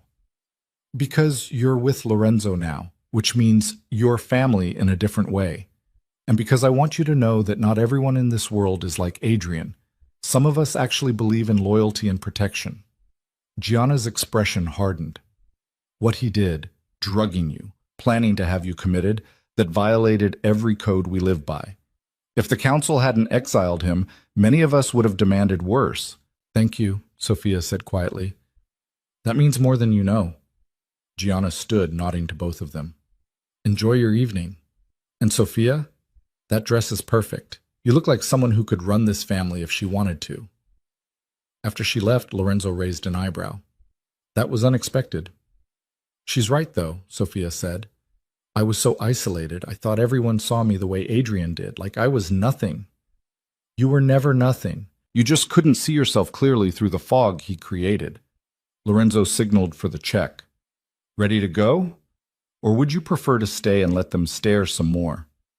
"Let's go home." The word slipped out naturally, and Sophia realized she meant it. The DeLuca estate felt more like home than anywhere she'd lived with Adrian. They walked through the restaurant hand in hand, Sophia's head high, meeting curious stares with calm confidence. Let them look. Let them judge. She was done shrinking to make other people comfortable. The drive back to the estate was quiet, charged with the same electric awareness that had sparked between them at the vineyard. When Lorenzo walked her to the guest house door, Sophia didn't let go of his hand. "Come inside," she said. "Sophia, I know what I'm asking." She met his gaze steadily. "And I know what I want. Stop protecting me from choices I'm ready to make." Lorenzo's restraint crumbled. He followed her inside, kicking the door shut behind them, pulling her into his arms with the urgency of a man who'd been holding back too long. They made it as far as the couch before clothes started coming off, before gentle turned desperate, before everything dissolved into heat and need and connection. Afterward, they lay tangled together, Sophia's head on Lorenzo's chest, listening to his heartbeat slow. "I'm falling for you," she whispered into the darkness. "I know it's too fast and too soon and probably completely insane, but I need you to know." Lorenzo's arms tightened around her. "It's not insane. And it's not one-sided." He pressed a kiss to her hair. "But I need you to understand what that means. The people who matter to me become targets. I have enemies, Sophia, dangerous ones. Being with me puts you at risk. Being alive puts me at risk." Sophia propped herself up to look at him. "Adrian could have killed me with those drugs. A car accident could take me out tomorrow. Nothing is guaranteed, but this, what we have, this makes me feel alive.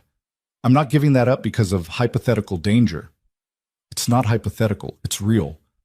Lorenzo's expression was troubled. "I'm not trying to scare you. I'm trying to make you understand." "Then help me understand. Tell me about your world. The real parts, not the sanitized version." Lorenzo was quiet for a long time, his fingers tracing absent patterns on her shoulder. When he finally spoke, his voice was heavy with things he'd carried alone for too long. "I inherited this empire when I was 23. My father was killed by a rival family, and suddenly I was responsible for hundreds of people, millions in assets, operations across 3 states. I had to learn fast or lose everything." His jaw tightened. "I've made decisions that haunt me. Ordered things done that can't be undone. I've traded mercy for survival more times than I can count." "But you showed me mercy," Sophia said quietly, "when you could have ignored what Adrian was doing." "That wasn't mercy. That was justice." Lorenzo met her gaze. "There's a difference. Mercy is weakness in my world. Justice is power applied correctly. What Adrian did to you demanded correction. And what are you applying to me? Power or mercy? The question caught him off guard. Lorenzo studied her face in the dim light, seeing past the beautiful woman to the sharp mind beneath. Neither. With you, I'm just a man trying to be worthy of something good. Trying to prove I'm more than the sum of my worst actions. You are. Sophia kissed him softly. You're the man who saw me when I was invisible, who gave me choices when everyone else took them away, who makes me feel strong instead of small. That's who you are to me. That's who I want to be for you. Lorenzo pulled her closer. But I need you to promise me something. What? If this life becomes too much, if the danger or the darkness gets to be too heavy, you'll tell me. You won't just endure it because you think you have to. You'll be honest. I promise. Sophia meant it. As long as you promise the same, no more trying to protect me by pushing me away. Deal. They sealed it with a kiss that turned into something more. And by the time exhaustion finally claimed them, the sun was starting to paint the horizon pink. Sophia woke late the next morning to find Lorenzo already gone. A note on the pillow beside her, written in his bold handwriting, meetings all day, security will be outside if you need anything, dinner tonight at the main house, the family wants to officially welcome you. L. The family. Sophia's stomach fluttered with nerves, but she pushed them aside. She'd faced Adrian's exposure and survived. She could handle a family dinner. Maria arrived around noon with lunch and news. Adrian left the city last night, she reported, setting down a tray of food. Mr. DeLuca had him followed to make sure he actually went. He's gone, Sophia. For good. Relief flooded through her so intensely Sophia had to sit down. Where did he go? Somewhere in the Midwest, from what I understand. Far enough that he won't be tempted to come back. Maria's expression was satisfied. His accounts are still frozen. The house has been reclaimed by the family. Natasha Volkov was sent back to Russia in disgrace. It's over. Over. The word felt surreal. 3 years of abuse, manipulation, and control. Over. Just like that. How do you feel? Maria asked gently. I don't know, Sophia admitted. Relieved. Angry that it took this long. Guilty that I didn't see it sooner. Don't. Maria sat beside her, her tone firm. Don't carry guilt for what he did to you. He drugged you, isolated you, systematically destroyed your ability to think clearly. That's not your fault. That's his crime. Sophia nodded, letting the words sink in. Maria was right. She'd been a victim, yes, but she was also a survivor, and now she was becoming something more, something she got to define for herself. The afternoon passed in peaceful normalcy. Sophia painted for the first time in years, setting up an easel in the guest house courtyard and losing herself in color and form. She was rusty, her technique rough, but the joy of creating something flowed through her like water finding its course. Lorenzo found her there around 5, paint smudged on her cheek, completely absorbed in capturing the play of light through the fountain spray. You're an artist, he said, and it wasn't a question. I was. Before. Sophia set down her brush. I'd forgotten how much I loved it. Don't forget again. Lorenzo kissed the top of her head, careful not to disturb her concentration. The family dinner is at 7. Are you ready? As ready as I'll ever be. The main house dining room was set for 20 people, smaller than the massive family gatherings, but still intimidating. Sophia recognized most of the faces as she entered on Lorenzo's arm. Gianna, several cousins, senior family advisors. They all stood as Lorenzo entered, a show of respect that reminded Sophia exactly who she was dating. The head of the DeLuca crime family, the most powerful man in the room, and he'd chosen her. Everyone, Lorenzo said, his voice commanding immediate attention. I want to formally introduce Sofia Valente. She's under my personal protection, and she's to be treated with the respect that entails. Anyone who has a problem with that can leave now. Silence. Then Gianna stepped forward, offering Sophia a warm smile. Welcome, Sophia. We're glad to have you. Others echoed the sentiment, and slowly Sophia felt herself relax. This wasn't an interrogation or judgment. This was acceptance. Dinner flowed with easy conversation, and Sophia found herself actually enjoying the evening. These people were nothing like Adrian, They asked her genuine questions, listened to her answers, treated her like she had value. When she mentioned her painting, one of Lorenzo's cousins commissioned a piece on the spot. "I collect contemporary work," he explained, "and I'd love to support someone with actual talent instead of just buying names." It was such a simple kindness, but it made Sophia's throat tight with emotion. This was what family could be when it wasn't toxic, when it was built on mutual respect instead of control. After dinner, Lorenzo showed her his private office, a room she'd never entered before. It was masculine and comfortable, walls lined with books, a massive desk covered in papers and files.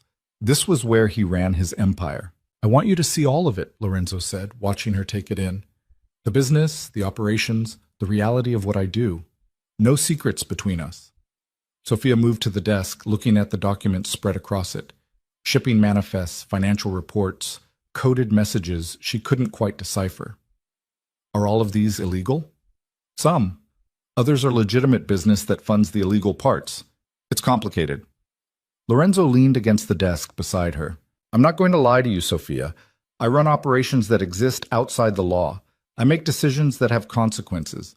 I'm not a good man by most definitions." "But you're a man who keeps his word, who protects the people under his care, who showed mercy when he didn't have to." Sophia turned to face him. "That matters more to me than whether everything you do is legal. You say that now, but what happens when you see the darker parts? When you realize the full scope of what I'm capable of? Then I'll decide how I feel about it." Sophia cupped his face. "Stop trying to scare me away, Lorenzo. I'm stronger than you think, and I'm not going anywhere." Lorenzo pulled her to him, his kiss desperate and claiming. "You're going to ruin me," he murmured against her mouth. "Good. You ruined me for anyone else the moment you saw me." They made love in his office, urgent and intense, claiming each other with a fierceness that left them both breathless. And when Lorenzo pulled her into his arms afterward, both of them still trying to catch their breath, Sophia felt something slot into place inside her chest. This was where she belonged. Not the guest house, not the memories of her old life, but here, with him. Building something new from the ashes of everything that had burned. The peace lasted exactly 4 days. Sophia was in the courtyard painting when Marco, the head of security, appeared with an expression that made her stomach drop. "There's been an incident," he said carefully. "Mr. DeLuca wants you in the main house immediately." Sophia's hands were shaking as she set down her brush. "What kind of incident?" "He'll explain, but we need to move you now." The main house was in controlled chaos. Security personnel moving with purpose, phones ringing, Lorenzo at the center of it all barking orders with cold precision. When he saw Sophia, his expression shifted from commander to concerned. "Are you all right?" He crossed to her immediately, his hands framing her face, checking for injuries she didn't have. "I'm fine." Marco said there was an incident? "Adrian." Lorenzo's jaw clenched. He didn't go quietly after all. He's been making noise, talking to people he shouldn't, trying to leverage information about family operations to buy himself protection. Sophia's blood ran cold. "He's going to the police?" "Worse. He's going to our rivals, offering them intelligence in exchange for help getting revenge." Lorenzo's expression was carved from stone. He just signed his own death warrant. "Lorenzo, this isn't negotiable, Sophia. He's betrayed the family. There's only one punishment for that." Sophia felt sick. She hated Adrian, had every reason to want him punished, but the thought of Lorenzo ordering his death made everything real in a way she hadn't fully processed. This was his world. Betrayal meant death, not divorce. "Can't you just—" She struggled to find words. "Isn't there another way?" "No." Lorenzo's voice was final.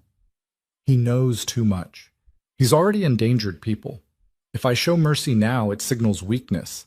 Others will test me. More people will die. So you kill him instead." "Yes." Lorenzo met her gaze unflinchingly. "This is what I meant about the darker parts. This is who I am when family is threatened. Can you accept that?"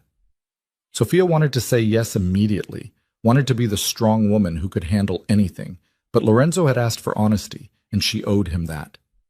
"I don't know," she whispered. "I hate him. I want him to suffer for what he did. But the thought of you ordering his death, it makes it real. Makes me realize exactly what your world means. Then maybe you should go. Lorenzo's voice was gentle, but his expression was steel. Stay somewhere safe while this is handled. You don't need to watch this part. You're trying to protect me again. I'm trying to give you a choice. Stay and see everything, or step back until it's done. Either way, Adrian dies. That's not changing. Sophia's mind raced. This was the moment that mattered. The point where she either fully committed to Lorenzo's world or walked away from it. There was no middle ground. I'll stay, she said finally, but I need you to explain it to me. Why it has to be this way. Help me understand. Relief flashed across Lorenzo's face. He led her to his office, closing the door on the chaos outside, and spent the next hour explaining the brutal calculus of his world. How mercy to one traitor encouraged 10 more. How information leaks got people killed. How the only way to maintain control was through absolute consequences. It's not about revenge, Lorenzo said. It's about survival. If word spreads that Adrian can betray the family and live, every two-bit criminal with a grudge will think they can do the same. I'll spend the rest of my life putting out fires, protecting our people from threats that shouldn't exist. So you kill him to send a message. I kill him to protect everyone else. That's the job. That's the burden of this position. Lorenzo's expression was haunted. You think I enjoy it? Making these decisions? I've ordered deaths, Sophia. Good men, bad men, people who deserved it and some who probably didn't. It's the weight I carry so others don't have to. Sophia thought about the man who'd protected her, who'd shown her gentleness and care, who kissed her like she was precious. And she thought about the Don who'd exiled his own nephew without hesitation, who ran an empire built on violence, who would kill to protect what was his. They were the same man, both true, both real. Okay, she said quietly. I understand. I don't like it, but I understand. Lorenzo pulled her into his arms, holding her tight. Thank you for trying, for staying, for not running from the truth. I told you I was stronger than you thought. You're stronger than anyone I've ever known. The hit on Adrian was carried out 3 days later. Sophia didn't ask for details, and Lorenzo didn't offer them. She only knew when it was done because the tension that had been coiled through Lorenzo's shoulders finally released. It's over, he said simply, finding her in the courtyard where she'd been painting to distract herself. Adrian won't be a threat anymore. Sophia set down her brush and went to him, wrapping her arms around his waist, holding him while he held her. She felt the weight of what he'd done, what he carried, the darkness he shouldered so others could stay in the light. I love you, she said, and meant it. Not despite what you are, because of all of it, the darkness and the light, all of you. Lorenzo's breath caught. Sophia, you don't have to say it back. I just needed you to know. But Lorenzo cupped her face, his dark eyes intense and vulnerable in a way she'd never seen. I love you too, more than I thought I could love anything. You make me want to be better than I am. You're already enough.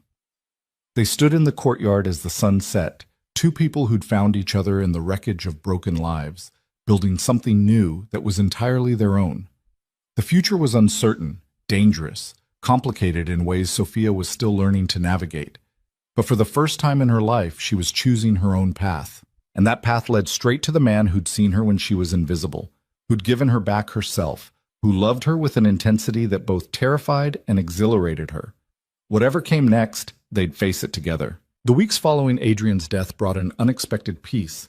Sophia's divorce was finalized with brutal efficiency. No contested assets, no drawn-out proceedings, just legal documentation confirming what had already been reality. She was free, truly, completely free for the first time in years. But freedom came with complications she hadn't anticipated. The Calabrese family is asking for a meeting, Gianna said during one of the weekly strategy sessions Sophia had started attending. Lorenzo had been reluctant at first, worried about exposing her to the dangerous details of his operations, but Sophia had insisted. If she was going to be part of his life, she needed to understand all of it. Lorenzo's expression darkened at the mention of the Calabrese name. When? Tomorrow night. They're claiming it's about the waterfront territories, but Gianna glanced at Sophia, then back to Lorenzo. We think it's about her. Sophia's stomach tightened. Me? Why would they care about me? Because you matter to Lorenzo, Gianna explained. And in our world, that makes you either an asset or a liability depending on who's looking. The Calabrese family has been testing boundaries for months. They see you as a potential weakness. Then they're idiots, Lorenzo said flatly. Schedule the meeting. Let them come.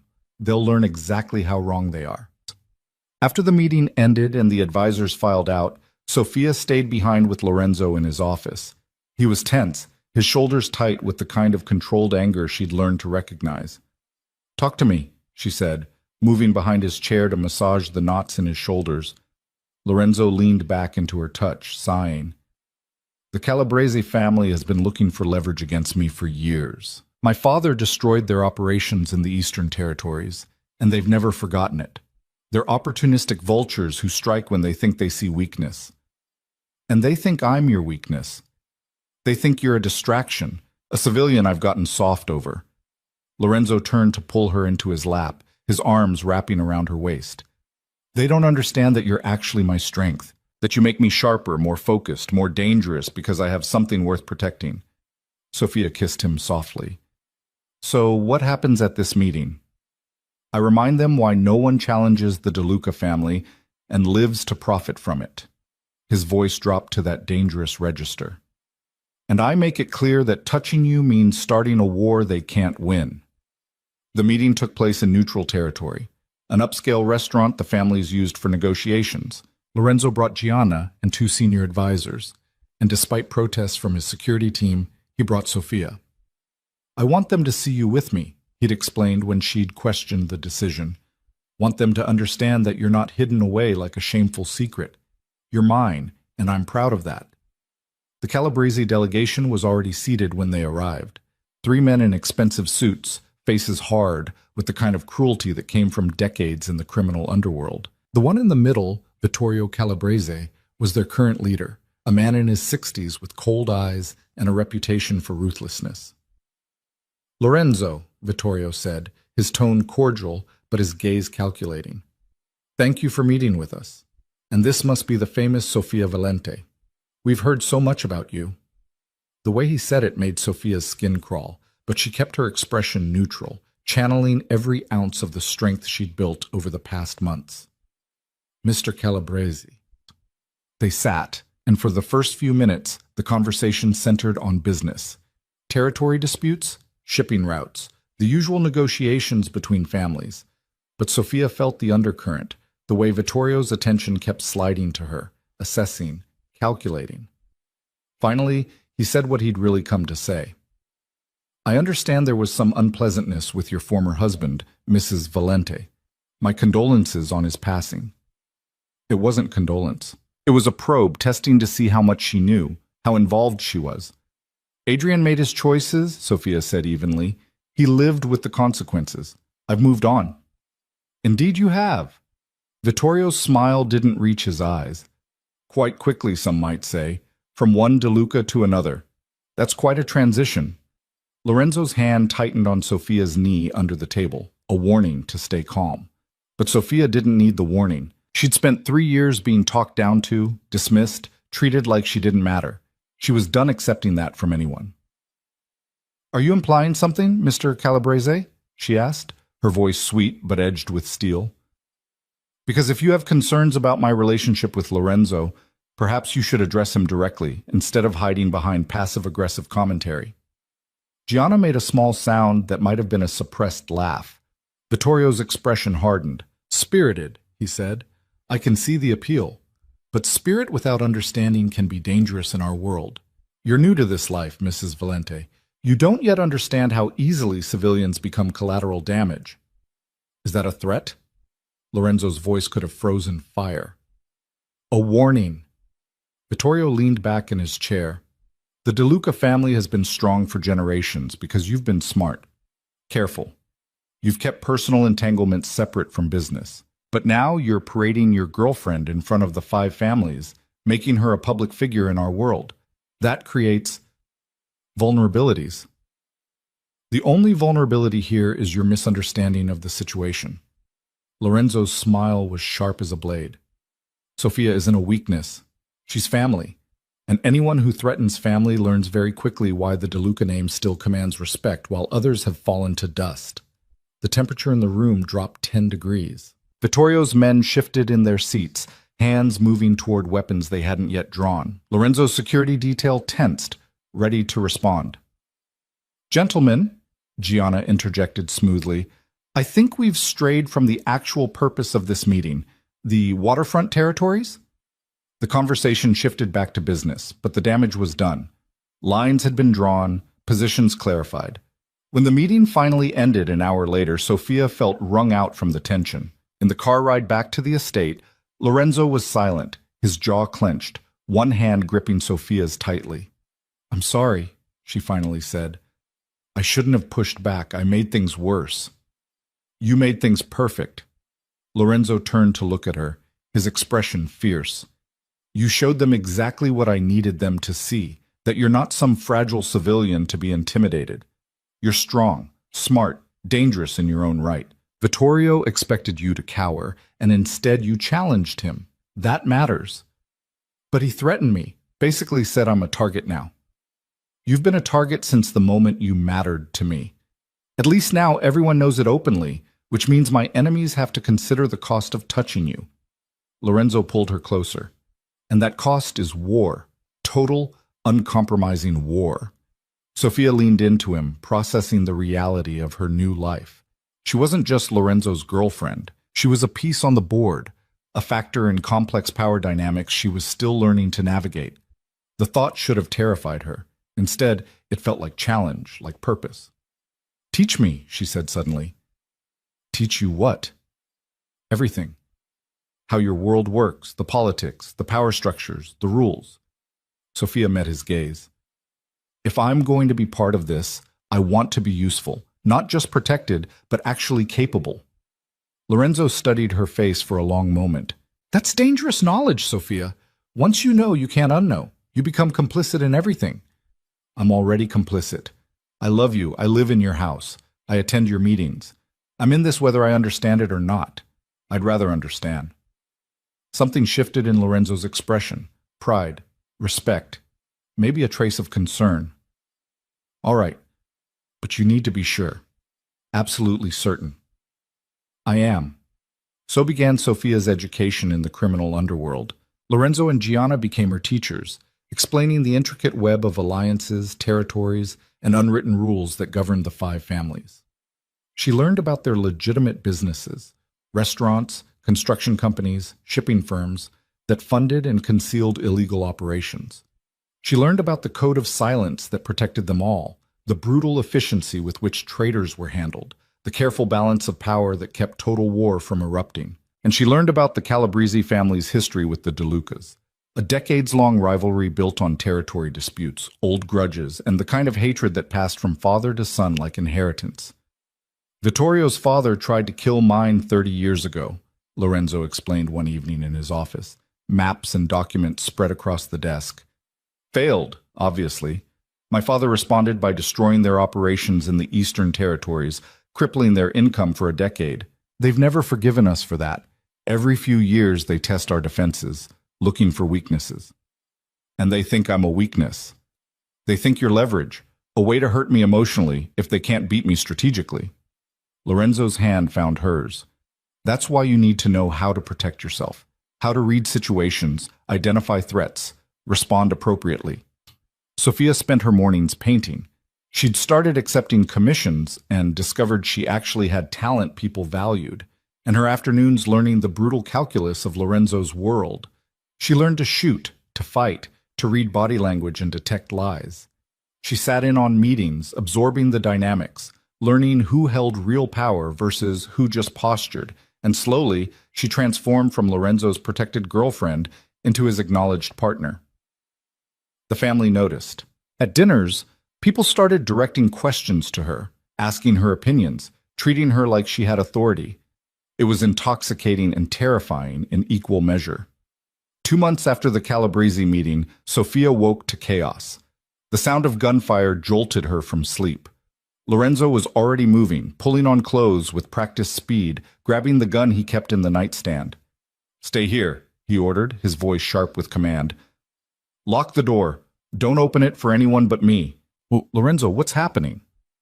The Calabrese family just made their move like... His expression was carved from ice. They're attacking the estate. Sophia's blood ran cold. How many?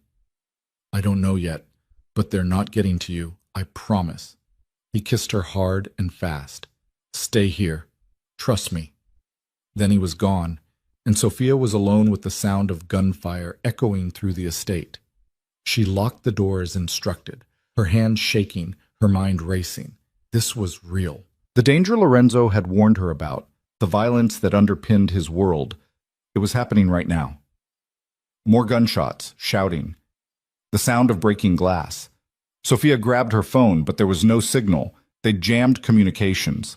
She was trapped in Lorenzo's bedroom with no way to know what was happening, whether he was safe, whether they were winning or losing. The minutes stretched into an eternity. Sophia paced the room, fighting panic, trying to remember her training.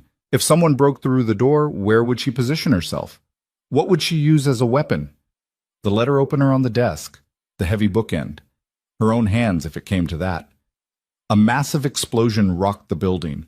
Sophia was thrown to the floor, her ears ringing, smoke beginning to seep under the door. Fire. They'd set fire to the estate. She couldn't stay here.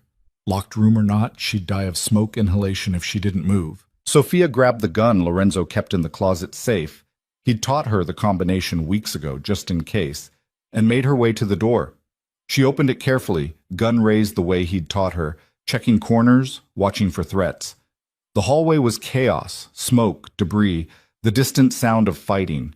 Sophia moved toward the main staircase, trying to remember the security routes Lorenzo had shown her, the safe paths out of the building. She was halfway down the stairs when a man appeared at the bottom. Not one of Lorenzo's security team. Calabrese family. Had to be. He saw her and raised his weapon. Sophia fired first. The recoil nearly knocked her backward, but the shot hit true. The man went down, clutching his shoulder, his gun clattering away.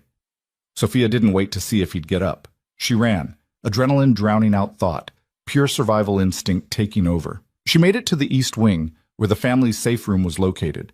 But before she could reach it, someone grabbed her from behind, arm wrapping around her throat in a chokehold.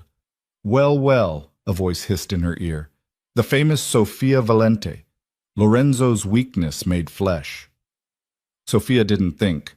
She drove her elbow back into her attacker's ribs the way she'd been taught, stomped on his instep, twisted out of the hold.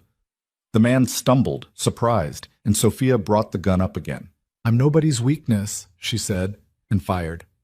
The man dropped. Sophia stood there, gun still raised, her whole body shaking with adrenaline and shock. She'd just killed someone. Actually killed a human being. The reality hit her in waves, horror, justification, terror, fierce satisfaction that she'd survived. Sophia! Lorenzo's voice. She turned to see him running toward her, blood on his shirt, his expression wild with fear and relief. He pulled her into his arms, checking her for injuries, his hands shaking. I told you to stay in the room, he said, but there was no anger in it, just overwhelming relief. The room was on fire. I had to move. Sophia was shaking so hard she could barely stand. Lorenzo, I killed someone. 2 people. You survived. Lorenzo cupped her face, forcing her to meet his eyes. You did what you had to do. That's all that matters. Security personnel flooded the hallway, securing the area. The gunfire had stopped. Whatever attack the Calabrese family had launched, it was over. Status? Lorenzo barked at Marco, who appeared looking battered, but alive. 12 attackers, 8 dead, 4 captured. We lost 3 men, 5 injured. Marco's gaze flicked to Sophia. She got 2 of them herself. That's impressive. Lorenzo's arm tightened around Sophia's waist. Get the prisoners secured. I want to know everything. Who ordered this, what they thought they'd accomplish, every detail. And someone put out that fire before it spreads to the whole estate. The next few hours were a blur of activity. Sophia was checked by the family physician, minor cuts, bruising, smoke inhalation, but nothing serious. Lorenzo never left her side, his presence a constant anchor as the estate buzzed with security personnel, cleanup crews, and grim-faced family members arriving to survey the damage. By dawn, the immediate crisis was contained. The fire was out, the attackers were dealt with, The estate secured. Lorenzo brought Sophia to his office, poured them both whiskey with shaking hands, and pulled her into his lap. "I almost lost you," he said, his voice raw. "When I heard the gunfire near the bedroom, when I couldn't get to you, but you didn't lose me. I'm here. I'm okay." Sophia pressed her forehead to his. "And I can protect myself. You taught me that." "You shouldn't have to." Lorenzo's expression was tortured. "This is my fault. I brought you into this world, made you a target." "Stop." Sophia pulled back to look at him. "I chose this. Chose you. I knew the risks, and tonight proved I can handle them. I'm not some fragile thing that breaks under pressure, Lorenzo. I'm stronger than that." "You're the strongest person I know." Lorenzo kissed her desperately. "But I need you to understand. This was a warning. The real attack is still coming. Vittorio won't stop until one of us is dead. Then we make sure it's him." Lorenzo's expression shifted, seeing something in her that made him pause. "You mean that?" "Yes." Sophia's voice was steady despite the trembling in her hands. "He attacked our home, killed your people, tried to kill me. This isn't about territory or business anymore. This is war. So let's fight it." Over the next week, Lorenzo and his advisors planned their response. The 4 captured attackers had given up valuable intelligence under interrogation. Vittorio had orchestrated the attack personally, convinced that killing Sophia would break Lorenzo's control and allow the Calabrese family to seize De Luca territories. He'd been catastrophically wrong. "We hit them where it hurts most," Gianna proposed during a strategy session. "Their shipping operations. Without those, they lose 70% of their income. And we expose their connections to the Port Authority," another advisor added. "Get law enforcement involved. Let the legal system tear apart what we don't finish ourselves." Sophia listened, absorbing the brutal efficiency with which they planned destruction. This was the reality of Lorenzo's world, not the romantic danger she'd imagined, but calculated violence designed to eliminate threats permanently. "What about Vittorio himself?" she asked, and the room went quiet. "If we destroy his operations but leave him alive, doesn't he just rebuild? Come after us again?" Lorenzo's gaze met hers across the table. "What are you suggesting?" "I'm suggesting we end this permanently. Remove him from the equation entirely." Gianna's eyebrows rose. "That's direct." "It's also right," Lorenzo said slowly, pride and concern warring in his expression. "But taking out the head of a family creates complications. The other families will demand an accounting. We'll need justification they can't dispute." "You have it," Sophia said. "He attacked your home without provocation, killed your people, tried to murder your partner. By your own laws, that's a declaration of war. You're within your rights to respond with total force." The room was silent as the advisors processed this. Then one by one, heads began to nod. Sophia had just proposed a course of action that would reshape the power structure of the entire criminal underworld, and she'd done it with the cool logic of someone born to this life. Lorenzo called for a break, pulling Sophia aside into his private office. "Do you understand what you just did in there?" "I proposed we kill Vittorio Calabrese." "You did more than that. You proved you think like one of us. Like family." Lorenzo's hands framed her face. "But I need to know, are you okay with that? With being part of planning someone's death?" Sophia thought about the men she'd killed in the hallway, the terror of being attacked in her own home, the reality of the world she'd chosen. "He tried to kill me, tried to kill you. If we let him live, he'll just try again. So yes, I'm okay with it, because this time it's not about revenge, it's about survival." "I love you," Lorenzo said fiercely, "and I'm terrified of what this world is turning you into." "It's not turning me into anything. It's just revealing who I always was underneath." Sophia kissed him.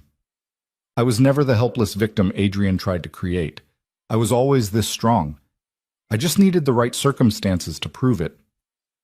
The operation against the Calabrese family was executed with surgical precision. Their shipping operations were destroyed in coordinated attacks across 3 cities. Their connections to corrupt officials were exposed through carefully leaked evidence, triggering federal investigations. And Vittorio Calabrese himself was killed in what appeared to be a robbery gone wrong, though everyone in the criminal world knew exactly what it really was. Justice. De Luca style. The other families called for a council meeting to address the situation.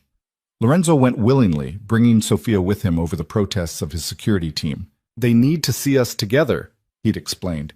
Need to understand that attacking her means attacking me, that we're a unified force. The council consisted of the heads of the 5 families, meeting in a private estate under neutral terms. Sofia sat beside Lorenzo, her spine straight, her expression calm despite the weight of 5 pairs of eyes assessing her. "Lorenzo," began the head of the Rossetti family, an elderly man named Dante, "you've eliminated an entire family's leadership. That requires explanation." "Vittorio Calabrese attacked my home," Lorenzo said evenly. "Killed 3 of my men and attempted to murder Sofia. Under our laws, that justified total war. I responded accordingly." "He claims the attack was justified because you've made a civilian into a liability," another family head interjected. "That you've grown soft, allowed personal feelings to compromise family security." "Then he was a fool." Lorenzo's voice dropped to that dangerous register. "Sofia isn't a liability. She's an asset. She killed 2 of the attackers herself. She's been integral to our strategic planning. She understands our world and contributes to it. Any of you who doubt that can test the theory at your own peril." Silence. Then Dante spoke again, his gaze on Sofia. "And you, Mrs. Valente? What do you say to accusations that you've made Lorenzo vulnerable?" Sofia met his eyes without flinching. "I'd say that anyone who mistakes love for weakness doesn't understand either. Lorenzo is stronger with me because I give him something worth protecting. And I'm stronger with him because he gives me the freedom to be exactly who I am. Together we're more formidable than either of us alone. Vittorio learned that lesson the hard way." A slow smile spread across Dante's weathered face. "Well said. It seems the De Luca family has gained quite an asset indeed." He looked around at the other family heads. "I see no fault in Lorenzo's actions. Vittorio overstepped, and he paid the price. Let that be the end of it." One by one, the other heads nodded agreement. The matter was settled. The Calabrese family's remaining members would be absorbed into other families or allowed to maintain minor operations under strict oversight. The De Luca family's dominance was reaffirmed, and Sofia had been officially recognized as part of that power structure. On the drive back to the estate, Lorenzo was quiet, his hand clasped tightly with Sofia's. "You were magnificent in there," he finally said. "I was terrified." "But you didn't show it. That's what mattered." Lorenzo brought her hand to his lips. "You've become everything I never knew I needed, Sofia, my partner in every sense of the word." "Does that scare you?" "Terrifies me. Because now I have something to lose that actually matters more than power or control or empire." Lorenzo's expression was vulnerable in the dimming light. "I've built my whole life on being untouchable, and you've made me desperately, completely touchable." Sofia shifted closer, resting her head on his shoulder. "Then we protect each other, face whatever comes together. That's what partnership means." "Together," Lorenzo agreed and sealed it with a kiss that tasted like promise and future, and the kind of love that could survive anything. The weeks that followed brought a new normal to the De Luca estate. Repairs were completed, security was upgraded, and life settled into rhythms that felt almost domestic. Sofia continued painting, her work gaining recognition in galleries that had no idea she was dating one of the most dangerous men in the criminal underworld. Lorenzo continued running his empire, but now with Sofia as his trusted confidant, the person he discussed strategy with late into the night. They were building something neither had expected, a genuine partnership forged in fire and sealed in blood, where both brought equal strength to the relationship and neither had to diminish themselves to fit. And one morning, as Sofia stood in the bathroom feeling inexplicably nauseous for the 3rd day in a row, staring at a pregnancy test showing 2 unmistakable lines, she realized their partnership was about to expand in ways that would change everything. Sofia stared at the test for a full minute, her mind struggling to process what those 2 lines meant. Pregnant. She was pregnant with Lorenzo De Luca's child. The man who'd saved her from a nightmare, who'd become her partner in every sense, who ran a criminal empire with calculated precision, he was going to be a father. Terror and joy warred in her chest. They'd never discussed children, never talked about building a family beyond the partnership they'd created. Lorenzo's life was dangerous, violent, unpredictable. Was bringing a child into that world responsible? Safe? Fair? But beneath the fear, something else bloomed. Hope. Excitement. The fierce protective instinct that told her this baby, their baby, would be loved and protected with every resource at their disposal. Sophia hid the test in her purse and spent the day trying to figure out how to tell him. Lorenzo was in back-to-back meetings all afternoon, handling some complicated territory negotiation with the Rossetti family. She painted to distract herself, but her brushstrokes were erratic, her concentration shot. Maria found her in the courtyard around 3, staring at a canvas she'd barely touched. "You look pale," the older woman observed, concern creasing her features. "Are you feeling all right?" "I'm fine, just processing something." Sophia set down her brush. "Maria, can I ask you something personal?" "Of course." "Lorenzo's never mentioned wanting children. Do you know if that's something he's ever considered?" Maria's expression softened with understanding. "He never thought he could have that kind of life. The dangers of his position, the enemies, the constant threat. He's always believed family was a luxury he couldn't afford." "Why do you ask?" Sophia's hand drifted to her still flat stomach. Maria's eyes widened as she understood. "Oh, Sophia, I just found out this morning. I don't know how to tell him. What if he doesn't want this? What if he thinks it's too dangerous?" "That man loves you more than his own life," Maria said firmly. "Whatever fears he has, they won't change that. Tell him. Trust him with this." Lorenzo returned to the estate around 7, looking exhausted but satisfied. "The Rossetti situation is resolved," he said, kissing Sophia in greeting. "Took all damn day, but we reached an agreement that benefits everyone. How was your day?" "Interesting." Sophia's heart was hammering. "Can we talk? Privately?" Lorenzo's expression shifted to concern. "What's wrong?" "Nothing's wrong. I need to tell you something important." They went to his office, the space that had become their sanctuary for serious conversations.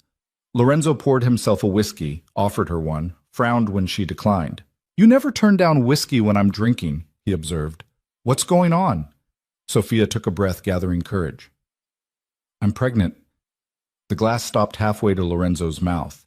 He set it down slowly, carefully, his expression unreadable. "You're sure?" "I took 3 tests, all positive. I have an appointment with Dr. Chen tomorrow to confirm, but yes, I'm sure." Lorenzo was silent for so long Sophia's anxiety spiked into fear. He stood, walked to the window, stared out at the darkening grounds. When he finally spoke, his voice was rough with emotion she couldn't identify. "I never thought I could have this. A family, a child, someone to pass all this to who actually came from love instead of obligation." He turned to face her, and Sophia saw tears in his eyes. "I'm terrified, Sophia. Terrified of what my world means for our baby. Terrified I'll fail as a father the way I've failed at so many other things." Sophia crossed to him, taking his hands. "You won't fail. You'll protect our child the way you've protected me. Love them the way you love me. That's all any parent can do. What if it's not enough? What if my enemies? Then we deal with them, together, like we deal with everything else." Sophia placed his hand on her stomach. "This baby is already loved, Lorenzo. Already protected by the most powerful man I know. That's more than most children start with." Lorenzo pulled her into his arms, holding her so tightly she could barely breathe. "A baby," he whispered. "We're having a baby. Are you happy?"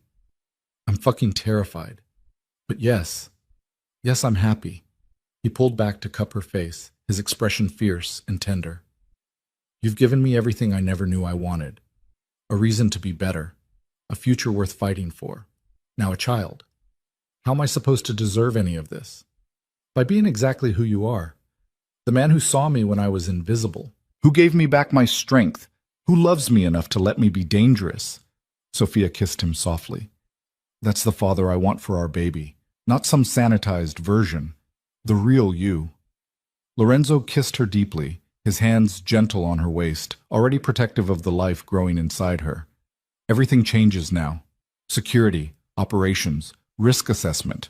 We need to plan for every contingency." "We will. But tonight, can we just be happy? Just us and this news and the future we're building?" Yes. Lorenzo swept her into his arms, carrying her toward their bedroom. Tonight we celebrate. Tomorrow we start fortifying the world our child will be born into. The next morning, Dr. Chen confirmed what Sophia already knew. 8 weeks pregnant, everything progressing normally, due date in early spring. Lorenzo sat beside Sophia during the appointment, holding her hand, asking detailed questions about every aspect of the pregnancy with the same intense focus he applied to business negotiations. I want the best prenatal care available, he told Dr. Chen. Whatever she needs, wherever she needs to go, cost is irrelevant. Lorenzo, Sophia said, amused despite herself. I'm pregnant, not made of glass. You're carrying my child. That makes you more precious than anything else in my world. Lorenzo's expression was dead serious. Humor me, Dr. Chen smiled. I'll put together a comprehensive care plan. But Sophia's healthy and strong. With proper monitoring, there's no reason to expect complications. As they left the medical building, Lorenzo's security details surrounding them in tighter formation than usual, Sophia noticed the way people's eyes tracked them. Word was spreading fast. Lorenzo De Luca's woman was pregnant. The implications rippled through the criminal underworld like seismic waves. We need to tell the family, Lorenzo said as they drove back to the estate. Before rumors start spreading, I want them to hear it from us. That evening, Lorenzo called an emergency family meeting. The main dining room filled with cousins, advisors, senior members, everyone wondering what crisis had prompted the summons. Sophia stood beside Lorenzo at the head of the table, her spine straight, ready for whatever reaction came. Thank you for coming on short notice, Lorenzo began. I have news that affects the entire family's future. Sophia is pregnant with my child. The silence lasted exactly 3 seconds. Then Gianna started clapping, and within moments the entire room erupted in congratulations. People crowded around them, offering blessings and promises of protection, treating the baby like it already belonged to all of them. This is incredible, Gianna said, hugging Sophia. A new generation, proof that this family has a future beyond just business and territory. Dante Rossetti, who'd been invited as a gesture of respect between families, raised his glass. To Lorenzo and Sophia, may your child inherit the best of both of you and lead this family into prosperity. Everyone drank to that, and Sophia felt the weight of their expectations, their hopes. This baby wasn't just hers and Lorenzo's, it belonged to an entire empire. Later that night, alone in their bedroom, Sophia voiced the fear she'd been carrying. What if I can't do this? Be a mother in your world. Raise a child surrounded by danger. Lorenzo pulled her close, his hand resting on her stomach. You killed 2 armed men to protect yourself. You stood before the 5 families and proved you belonged there. You've transformed from invisible wife to undeniable force in less than a year. If anyone can raise a child in this world and keep them safe, it's you. We've never talked about what kind of life we want for our baby, whether we want them in the family business or protected from it. That's their choice to make when they're old enough, Lorenzo said firmly. But until then, we give them everything. Love, security, options. We don't force them into this life, but we don't hide it from them either. We raise them honest about who we are and let them decide who they want to be. Sophia turned in his arms, studying his face. You've thought about this. I've thought about nothing else since you told me. This baby changes everything, Sophia. My priorities, my legacy, my definition of success. It's not about power anymore. It's about building something that lasts beyond me, beyond us. I love you, Sophia whispered. I love you both. Lorenzo's hand pressed gently against her stomach, more than I thought I could love anything. The pregnancy progressed smoothly through fall and into winter. Sophia's body changed, her belly growing round with their child, and Lorenzo became almost comically protective. He rearranged his entire schedule to attend every doctor's appointment. He hired additional security. He had the guest house completely renovated with a nursery that looked like something from a magazine. You're going overboard, Sophia laughed, watching him debate between 2 nearly identical cribs. I'm preparing appropriately, Lorenzo corrected. Our child deserves the best. Our child needs parents who aren't insane with anxiety. Pick the crib on the left and let's focus on more important things. But despite the joy, tension simmered beneath the surface. The criminal underworld was never truly at peace, and Lorenzo's enemies hadn't forgotten about Sofia or the power she represented. Threats came periodically: anonymous warnings, suspicious activity near the estate, intelligence about rivals discussing whether a pregnant woman made Lorenzo more cautious or more dangerous. The answer was definitively the latter. When a small-time operation tried to kidnap Sofia during a gallery showing of her artwork, Lorenzo's response was swift and brutal. The entire organization was dismantled within 48 hours, its leaders vanishing in ways that made the other families take notice. "You can't kill everyone who looks at me wrong," Sofia said after the incident, despite being shaken by how close the attempt had come. "Watch me," Lorenzo replied, his voice cold steel. "You and our baby are the line no one crosses, ever. That message needs to be crystal clear." Sofia understood his fear. She felt it too, the vulnerability of carrying something so precious in a world so dangerous. But she also trusted Lorenzo's ability to protect them, trusted the fortress he'd built around their lives. As winter deepened and her due date approached, Sofia found herself reflecting on the transformation her life had undergone. A year ago, she'd been trapped in a fog of Adrian's making, invisible and controlled, slowly disappearing. Now, she was a recognized force in the criminal underworld, an artist with a growing reputation, a woman preparing to become a mother with the most powerful man she'd ever known. "Do you ever regret it?" she asked Lorenzo one snowy evening as they sat in front of the fireplace, her feet in his lap while he massaged them. "Choosing me? Getting involved with all my drama?" Lorenzo looked at her like she'd lost her mind. "Regret you? Sofia, you're the best decision I've ever made. You gave me a reason to be more than just the Dawn, more than just power and control. You made me human again." "Even with all the complications? The danger?" "Especially with those." Lorenzo's hand moved to her swollen belly, feeling their baby kick. "This, you, our child, the life we're building. This is what matters. Everything else is just logistics." The baby arrived on a bright March morning, 2 weeks early but healthy and perfect. Sofia's labor was long and difficult, and Lorenzo stayed by her side the entire time, holding her hand, talking her through contractions, looking more terrified than she'd ever seen him face down armed enemies. When their daughter finally entered the world, tiny and screaming and absolutely perfect, Lorenzo cried openly. "She's beautiful," he whispered, cradling the baby with practiced gentleness that shouldn't have been possible from hands that had dealt so much violence.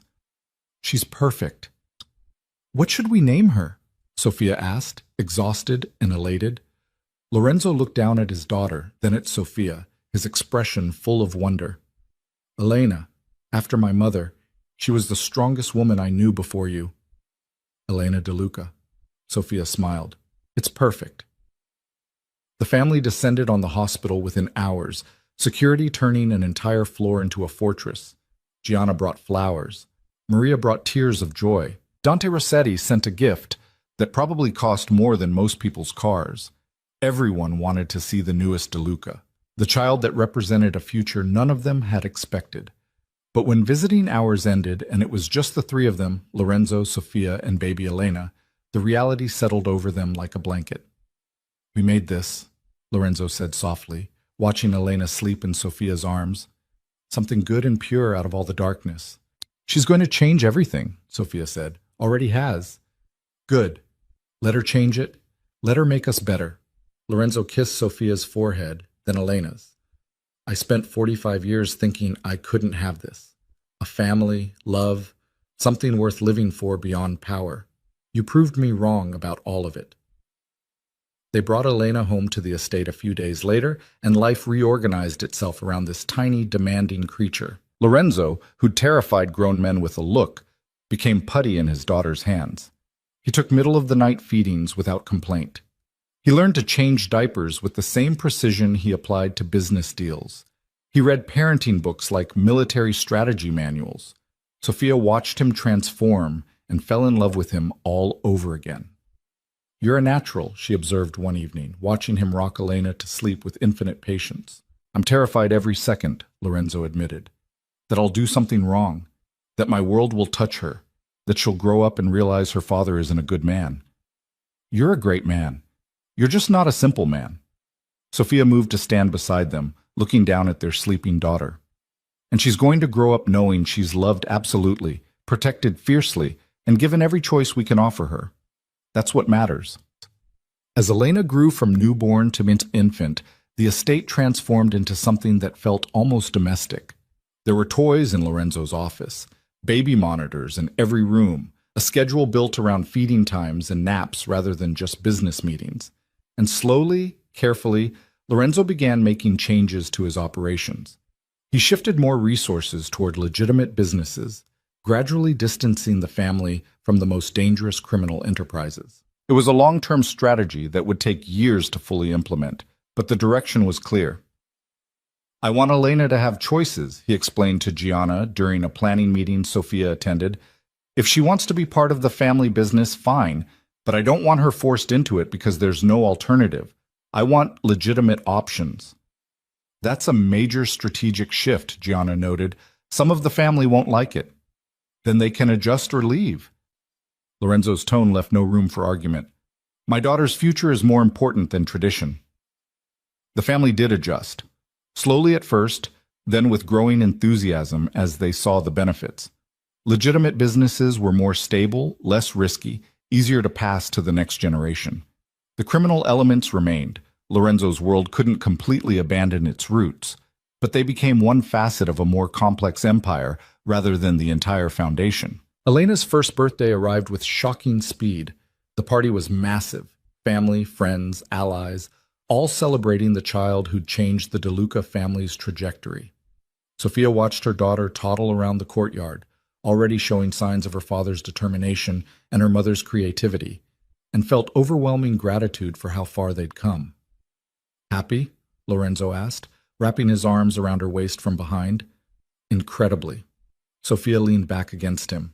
"A year ago, I was terrified I couldn't do this. Be a mother in your world. Now I can't imagine anything else." "You've done more than survive. You've thrived. Become exactly who you were always meant to be." Lorenzo kissed her neck. "The woman who was invisible is now impossible to ignore. The one who is controlled now helps run an empire. And the one who was told she was worthless is raising a daughter who will never doubt her value." Sophia turned in his arms, seeing the man who'd saved her, loved her, given her back herself. "We did good, didn't we?" "We did perfect." That evening, after the party ended and Elena was asleep in her crib, Sophia and Lorenzo stood on the terrace overlooking the estate. The grounds were peaceful, secure, a fortress built on love as much as power. "Do you ever think about how this started?" Sophia asked. "How improbable it all was." "Every day." Lorenzo pulled her close. "I think about the woman who was disappearing under abuse and drugs, who could have stayed broken, who instead chose to fight back and become unstoppable. I think about the man who could have ignored my suffering, who instead risked family conflict to save someone who meant nothing to him." Sophia smiled up at him. "We saved each other, really." "We did. And we built something neither of us expected." Lorenzo's hand cupped her face. "An empire built on partnership, a family built on choice, a future built on love strong enough to survive anything. Do you think we're done with the danger and the threats? There will always be challenges, but we've proven we can handle them. Together, we're more powerful than anything trying to break us." Lorenzo kissed her slowly, deeply. "And I'll spend the rest of my life making sure you and Elena have everything you deserve." Sophia melted into his embrace, thinking about the journey that had brought them here. From invisible wife trapped in a nightmare to powerful partner in one of the most feared families in the underworld. From victim to survivor to warrior. From alone to loved beyond measure. She'd been drugged, controlled, told she was worthless. She'd escaped, fought back, killed to survive. She'd fallen in love with a dangerous man and helped him become something more. She'd faced down crime families and proven she belonged in their world. She'd become a mother and watched the most powerful man she knew transform into a devoted father. And through it all, she'd discovered the truth Adrian had tried so hard to bury. She was strong, valuable, worthy of love and respect and partnership. She was Sofia Valente, artist, strategist, mother, queen of an empire she'd helped reshape. The woman who'd once been invisible now commanded attention in every room she entered. The one who'd been controlled now made decisions that affected hundreds of lives, and the one who'd been nothing was now everything to the man who'd seen her when no one else could. "I love you," Sophia whispered against Lorenzo's lips. "I love you more than power, more than empire, more than my own life," Lorenzo responded. "You and Elena are my legacy. Everything else is just details." They stood together on the terrace as night fell over the De Luca estate, two people who'd found each other in darkness and built something luminous. Behind them, their daughter slept peacefully, protected by love and power in equal measure. Before them stretched a future they'd fight to protect, nurture, and pass on to the next generation. Sophia had started this journey as a prisoner in her own life. She ended it as a queen who'd chosen her throne, her king, and the empire they'd build together. And in the process, she'd discovered the most important truth of all. Freedom wasn't about escaping danger or avoiding darkness. Freedom was about choosing your battles, claiming your power, and refusing to disappear no matter who tried to make you small. She'd been invisible once. Never again. Lorenzo held her close as stars began to appear overhead, and Sophia knew with absolute certainty that this was exactly where she was meant to be. Not despite the danger or complexity, but because of it. Because this life, this love, this family, they were real in a way nothing else had ever been. And real, messy, complicated, dangerous, beautiful life was infinitely better than the safe, controlled disappearance Adrian had planned for her. Sophia had been saved, but more importantly, she'd saved herself.